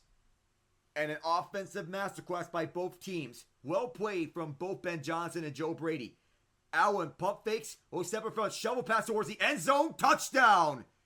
7 for the Bills. There's a flag down. So the touchdown will not count. So it's 3rd down nonetheless. Despite the loss, the Steelers are in the playoffs. That was because... So the playoff berth for the Steelers. And despite the loss, the Steelers clinch a playoff berth. Dalton Kincaid in receiving end. I have never... look, you have a deep shovel pass. There is shovel pass. And then you have deep shovel pass. David Edwards was the one holding, though, that negated the touchdown. 3rd and goal. As the Bills are at the Lions 20. Another flag comes out. I believe it's a false start.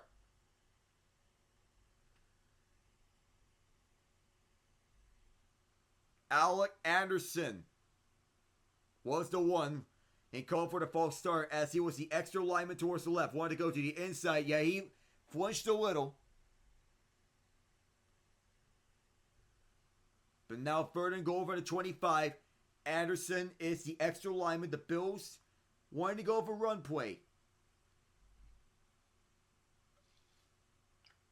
They'll give this to Ray Davis. Shakes off 2 tacklers. Gets back to around the 22-yard line. Now send the field goal unit on for Buffalo. So if you're Detroit, you want to maintain your free timeouts and then recover an onside kick. 4th and goal. And Tyler Bass will kick the field goal for the Bills just before we head to the 2-minute warning. Bass backs up all the way. 1 of 2. He made from 50, missed from 24. This is from 41. And it's a straightaway kick. On the way. Perfect. With 2:03 to go. And the Bills lead 48-35. So the comeback hopes may be all but dead now for the Lions. Unless if they can get 2 miracle drives. A touchdown, recover the onside kick. Hail Mary touchdown.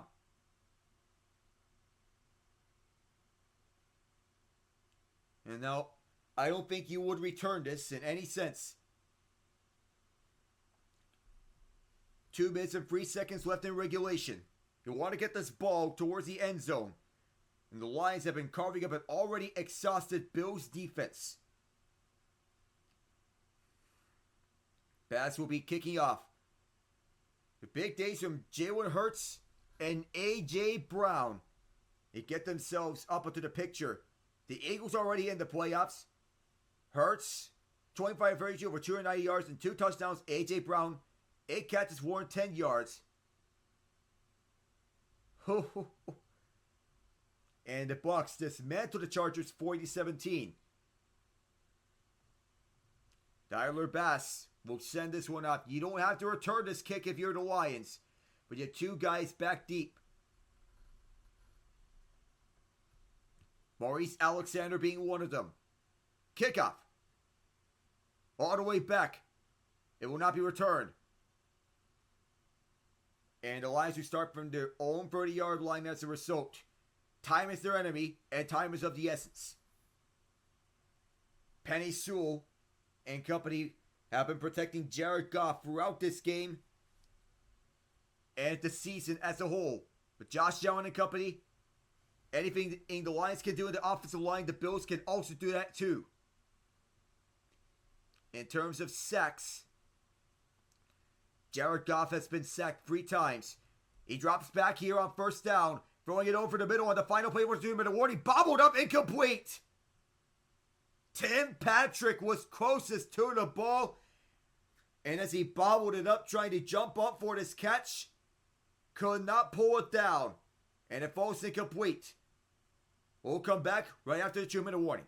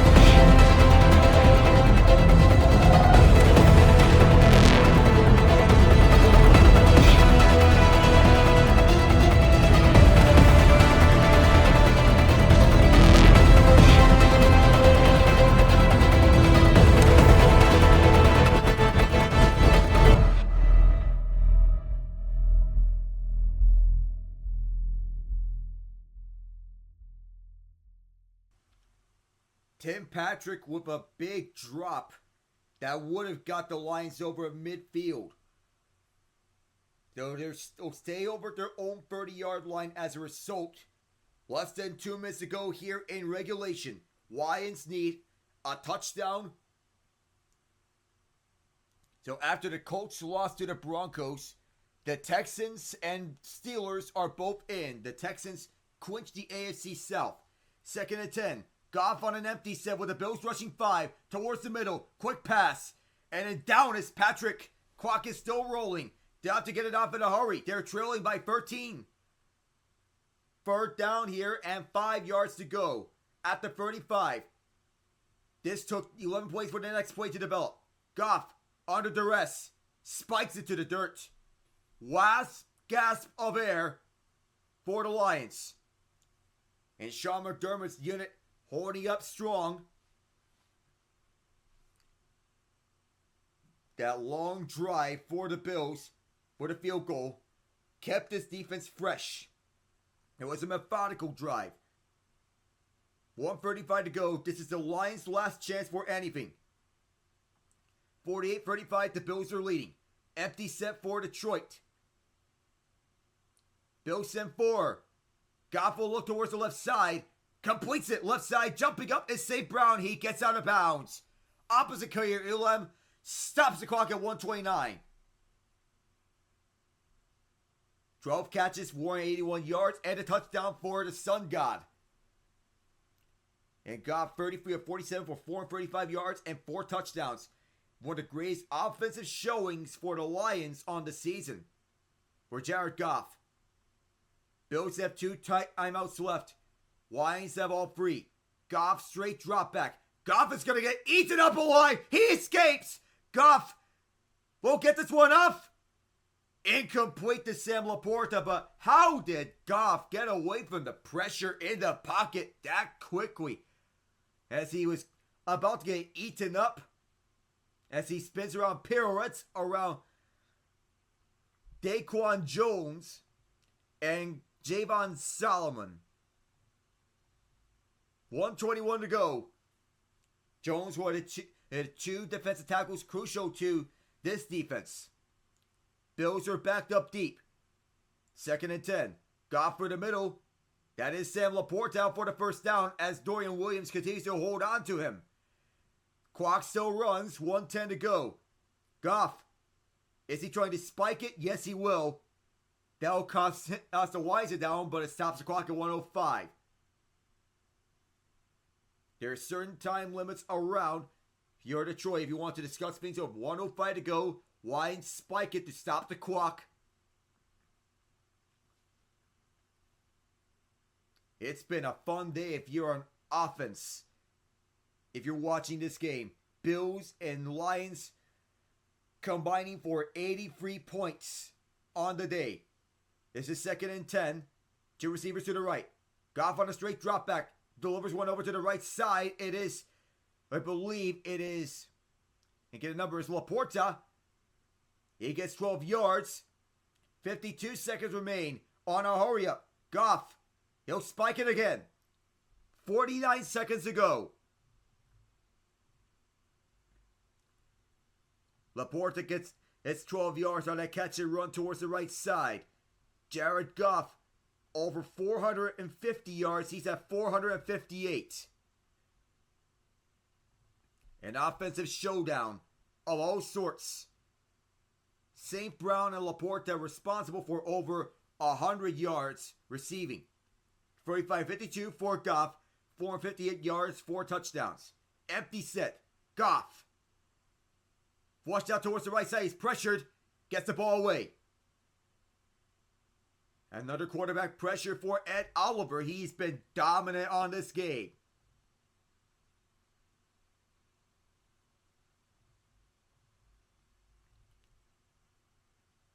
So third down here with less than 45 seconds to go. 44 to be exact. Lions have all 3 timeouts. Kansas City won 21-7 against Cleveland earlier today. They're still at the cusp of getting the 1 seed. Goff, straight drop back towards the middle. Spike to the dirt. And the Lions, once again, on their last breath. At the Bills' 36, they must convert. Know how your quarterbacks can deliver. Know how your quarterbacks process things when faced up against defenses. 4th down. Potential final play for the Lions if they don't get this done. And a timeout called by Buffalo as they want to adjust. Bobby Babbitt's defense wanted to get readjusted up. 40 seconds to go. And a stop could all but likely win this one for Buffalo.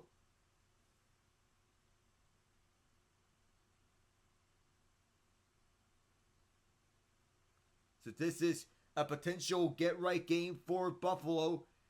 This was close in the first half. Then it wasn't in the third. Lions stormed back in the fourth. But the Bills were holding off and holding their own.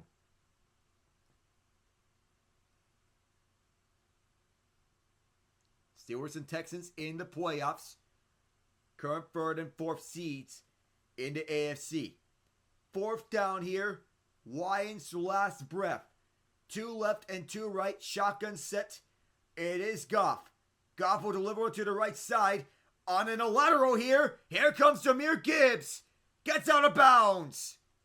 Hook and ladder. What a smart play to pick up the first down. A hook and ladder play towards the right side. St. Brown, a quick flip to Gibbs in an instant. Stays in bounds and then gets out of bounds towards the right sideline. That's the creativity of Ben Johnson.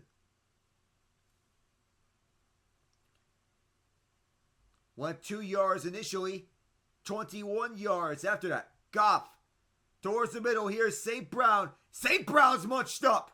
Shy of the touchdown. He is 3 yards short and a timeout is called by Dan Campbell. 25 seconds to go. Don't go yet. Lions need a touchdown. Extra point. Then need to recover an onside kick. Get it back. And then a Hail Mary to end things off. Is there a miracle here with Detroit? This would be a reverse miracle in Motown.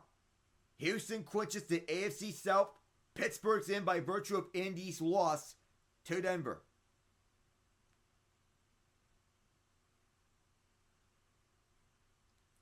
Three yards away from a touchdown. 2 receivers left and right. It is Jahmyr Gibbs who motions towards the left of Jared Goff. Every single score for the Lions has been by touchdowns. Gibbs comes back to the right. Bills fake the blitz. Goff looking for someone to get open towards the back of the end zone. Catching up. He's out of bounds. The ball was knocked free in the end off Tim Patrick. 2nd and goal. Or rather, Amon-Ra St. Brown. 19 seconds left. Goff backpedaled. It was the Bills going coverage the entire way, disguising a blitz. McDermott and Babbage calling the shots defensively. 2 left and 2 right. And to the left includes tight end Sam LaPorta. This time the Bills splits towards the left side, one-on-one, outstretched arm, incomplete. Tim Patrick's upset. He wants a DPI. Third and goal.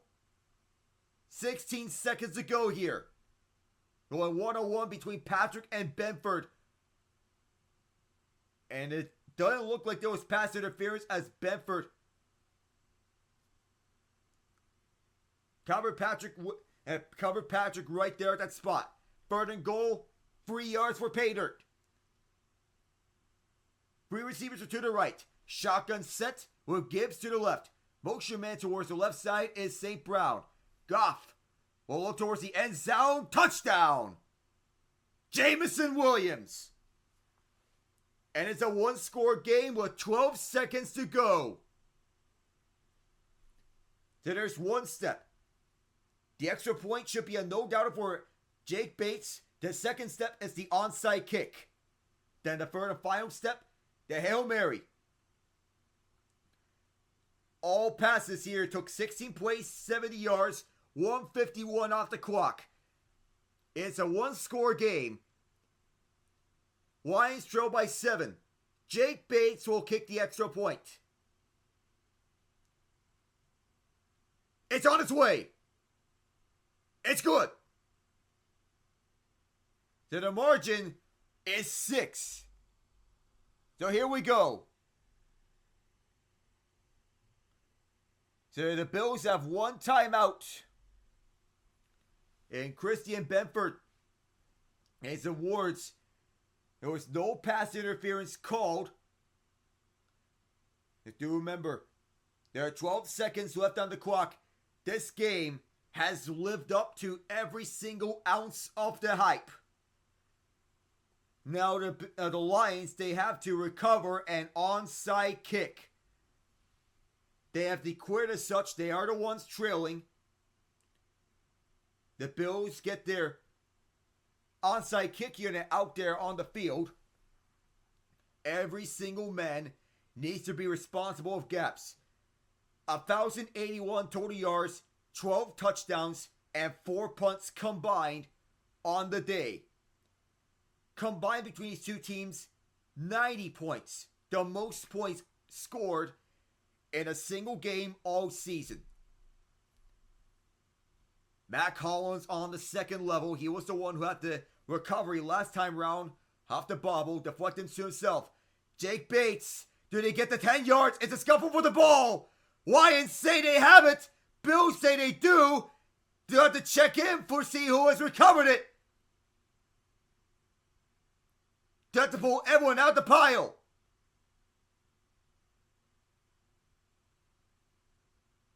Oh my goodness, the implications if the Lions recover it. And Quentin Morris is not letting go of the ball. The Lions think they have it. Kendall Vildor is saying as such. Dawson Knox pointing towards the other side. It's a scuffle. I'm trying to pull everyone down. They're holding on to the ball. Oh my goodness. Buffalo thinks they have it. Bills have it. And that could as well ice the game. And because we're inside a 2-minute warning, Taron Johnson on the recovering end. And because we're inside the 2-minute warning, this play cannot be challenged. But a little fake from Jake Bates, but it goes onto the hands of Johnson. It was bobbled first, but came back onto Taron Johnson. It could have been a lot more dramatic than that. Whew, what a game we just had. It was close, but that recovery has won it for the Bills. As they line up in the victory formation, the kneel down, and what a game. What an offensive shootout. The Bills escape Detroit, winning 48-42. What a finish. The Bills end the Lions' 11-game winning streak An MVP performance from Josh Allen, 23 of 34, 362 yards, 2 touchdowns passing, 2 touchdowns rushing on 10 carries, 69 yards. James Cook, 14 carries, 105 yards, and 2 touchdowns on the ground. Ty Johnson, your leading receiver, 5 catches, 114 yards for Buffalo. The touchdown catches from Khalil Shakir, who had 6 catches, 39 yards. Ray Davis with the other one, 2 catches, 14 yards. Keon Coleman off a deep ball, 1 catch, 64 yards. The everybody eats offense is thriving alive and well, despite Amari Cooper not getting a lot of action. For Detroit, despite the loss, no shame towards them for staying with it until the very end. Jared Goff, 30 of 59, 5 passing touchdowns, 494 yards. Jahmyr Gibbs, 8 carries, 31 yards, and a rushing touchdown. 2 guys eclipsed the 100-yard receiving mark. Amon-Ra St. Brown, 14 catches, 193 yards, 1 touchdown. Sam LaPorta, 7 catches, 111 yards, even though he doesn't have a touchdown. Gibbs had a receiving touchdown, 5 catches, 83 yards, and a touchdown. Jamison Williams, 3 catches, 37 yards, and a touchdown. Tim Patrick, 4 catches, 30 yards, and a touchdown. David Montgomery, 4 catches, 31 yards. Dan Skipper, of a big man touchdown, 1 catch, 9 yards. So that is it from the Motor City. Buffalo with a huge victory, 48-42. I am Alec Nava saying so long from Detroit. Good night, everyone. Stay safe.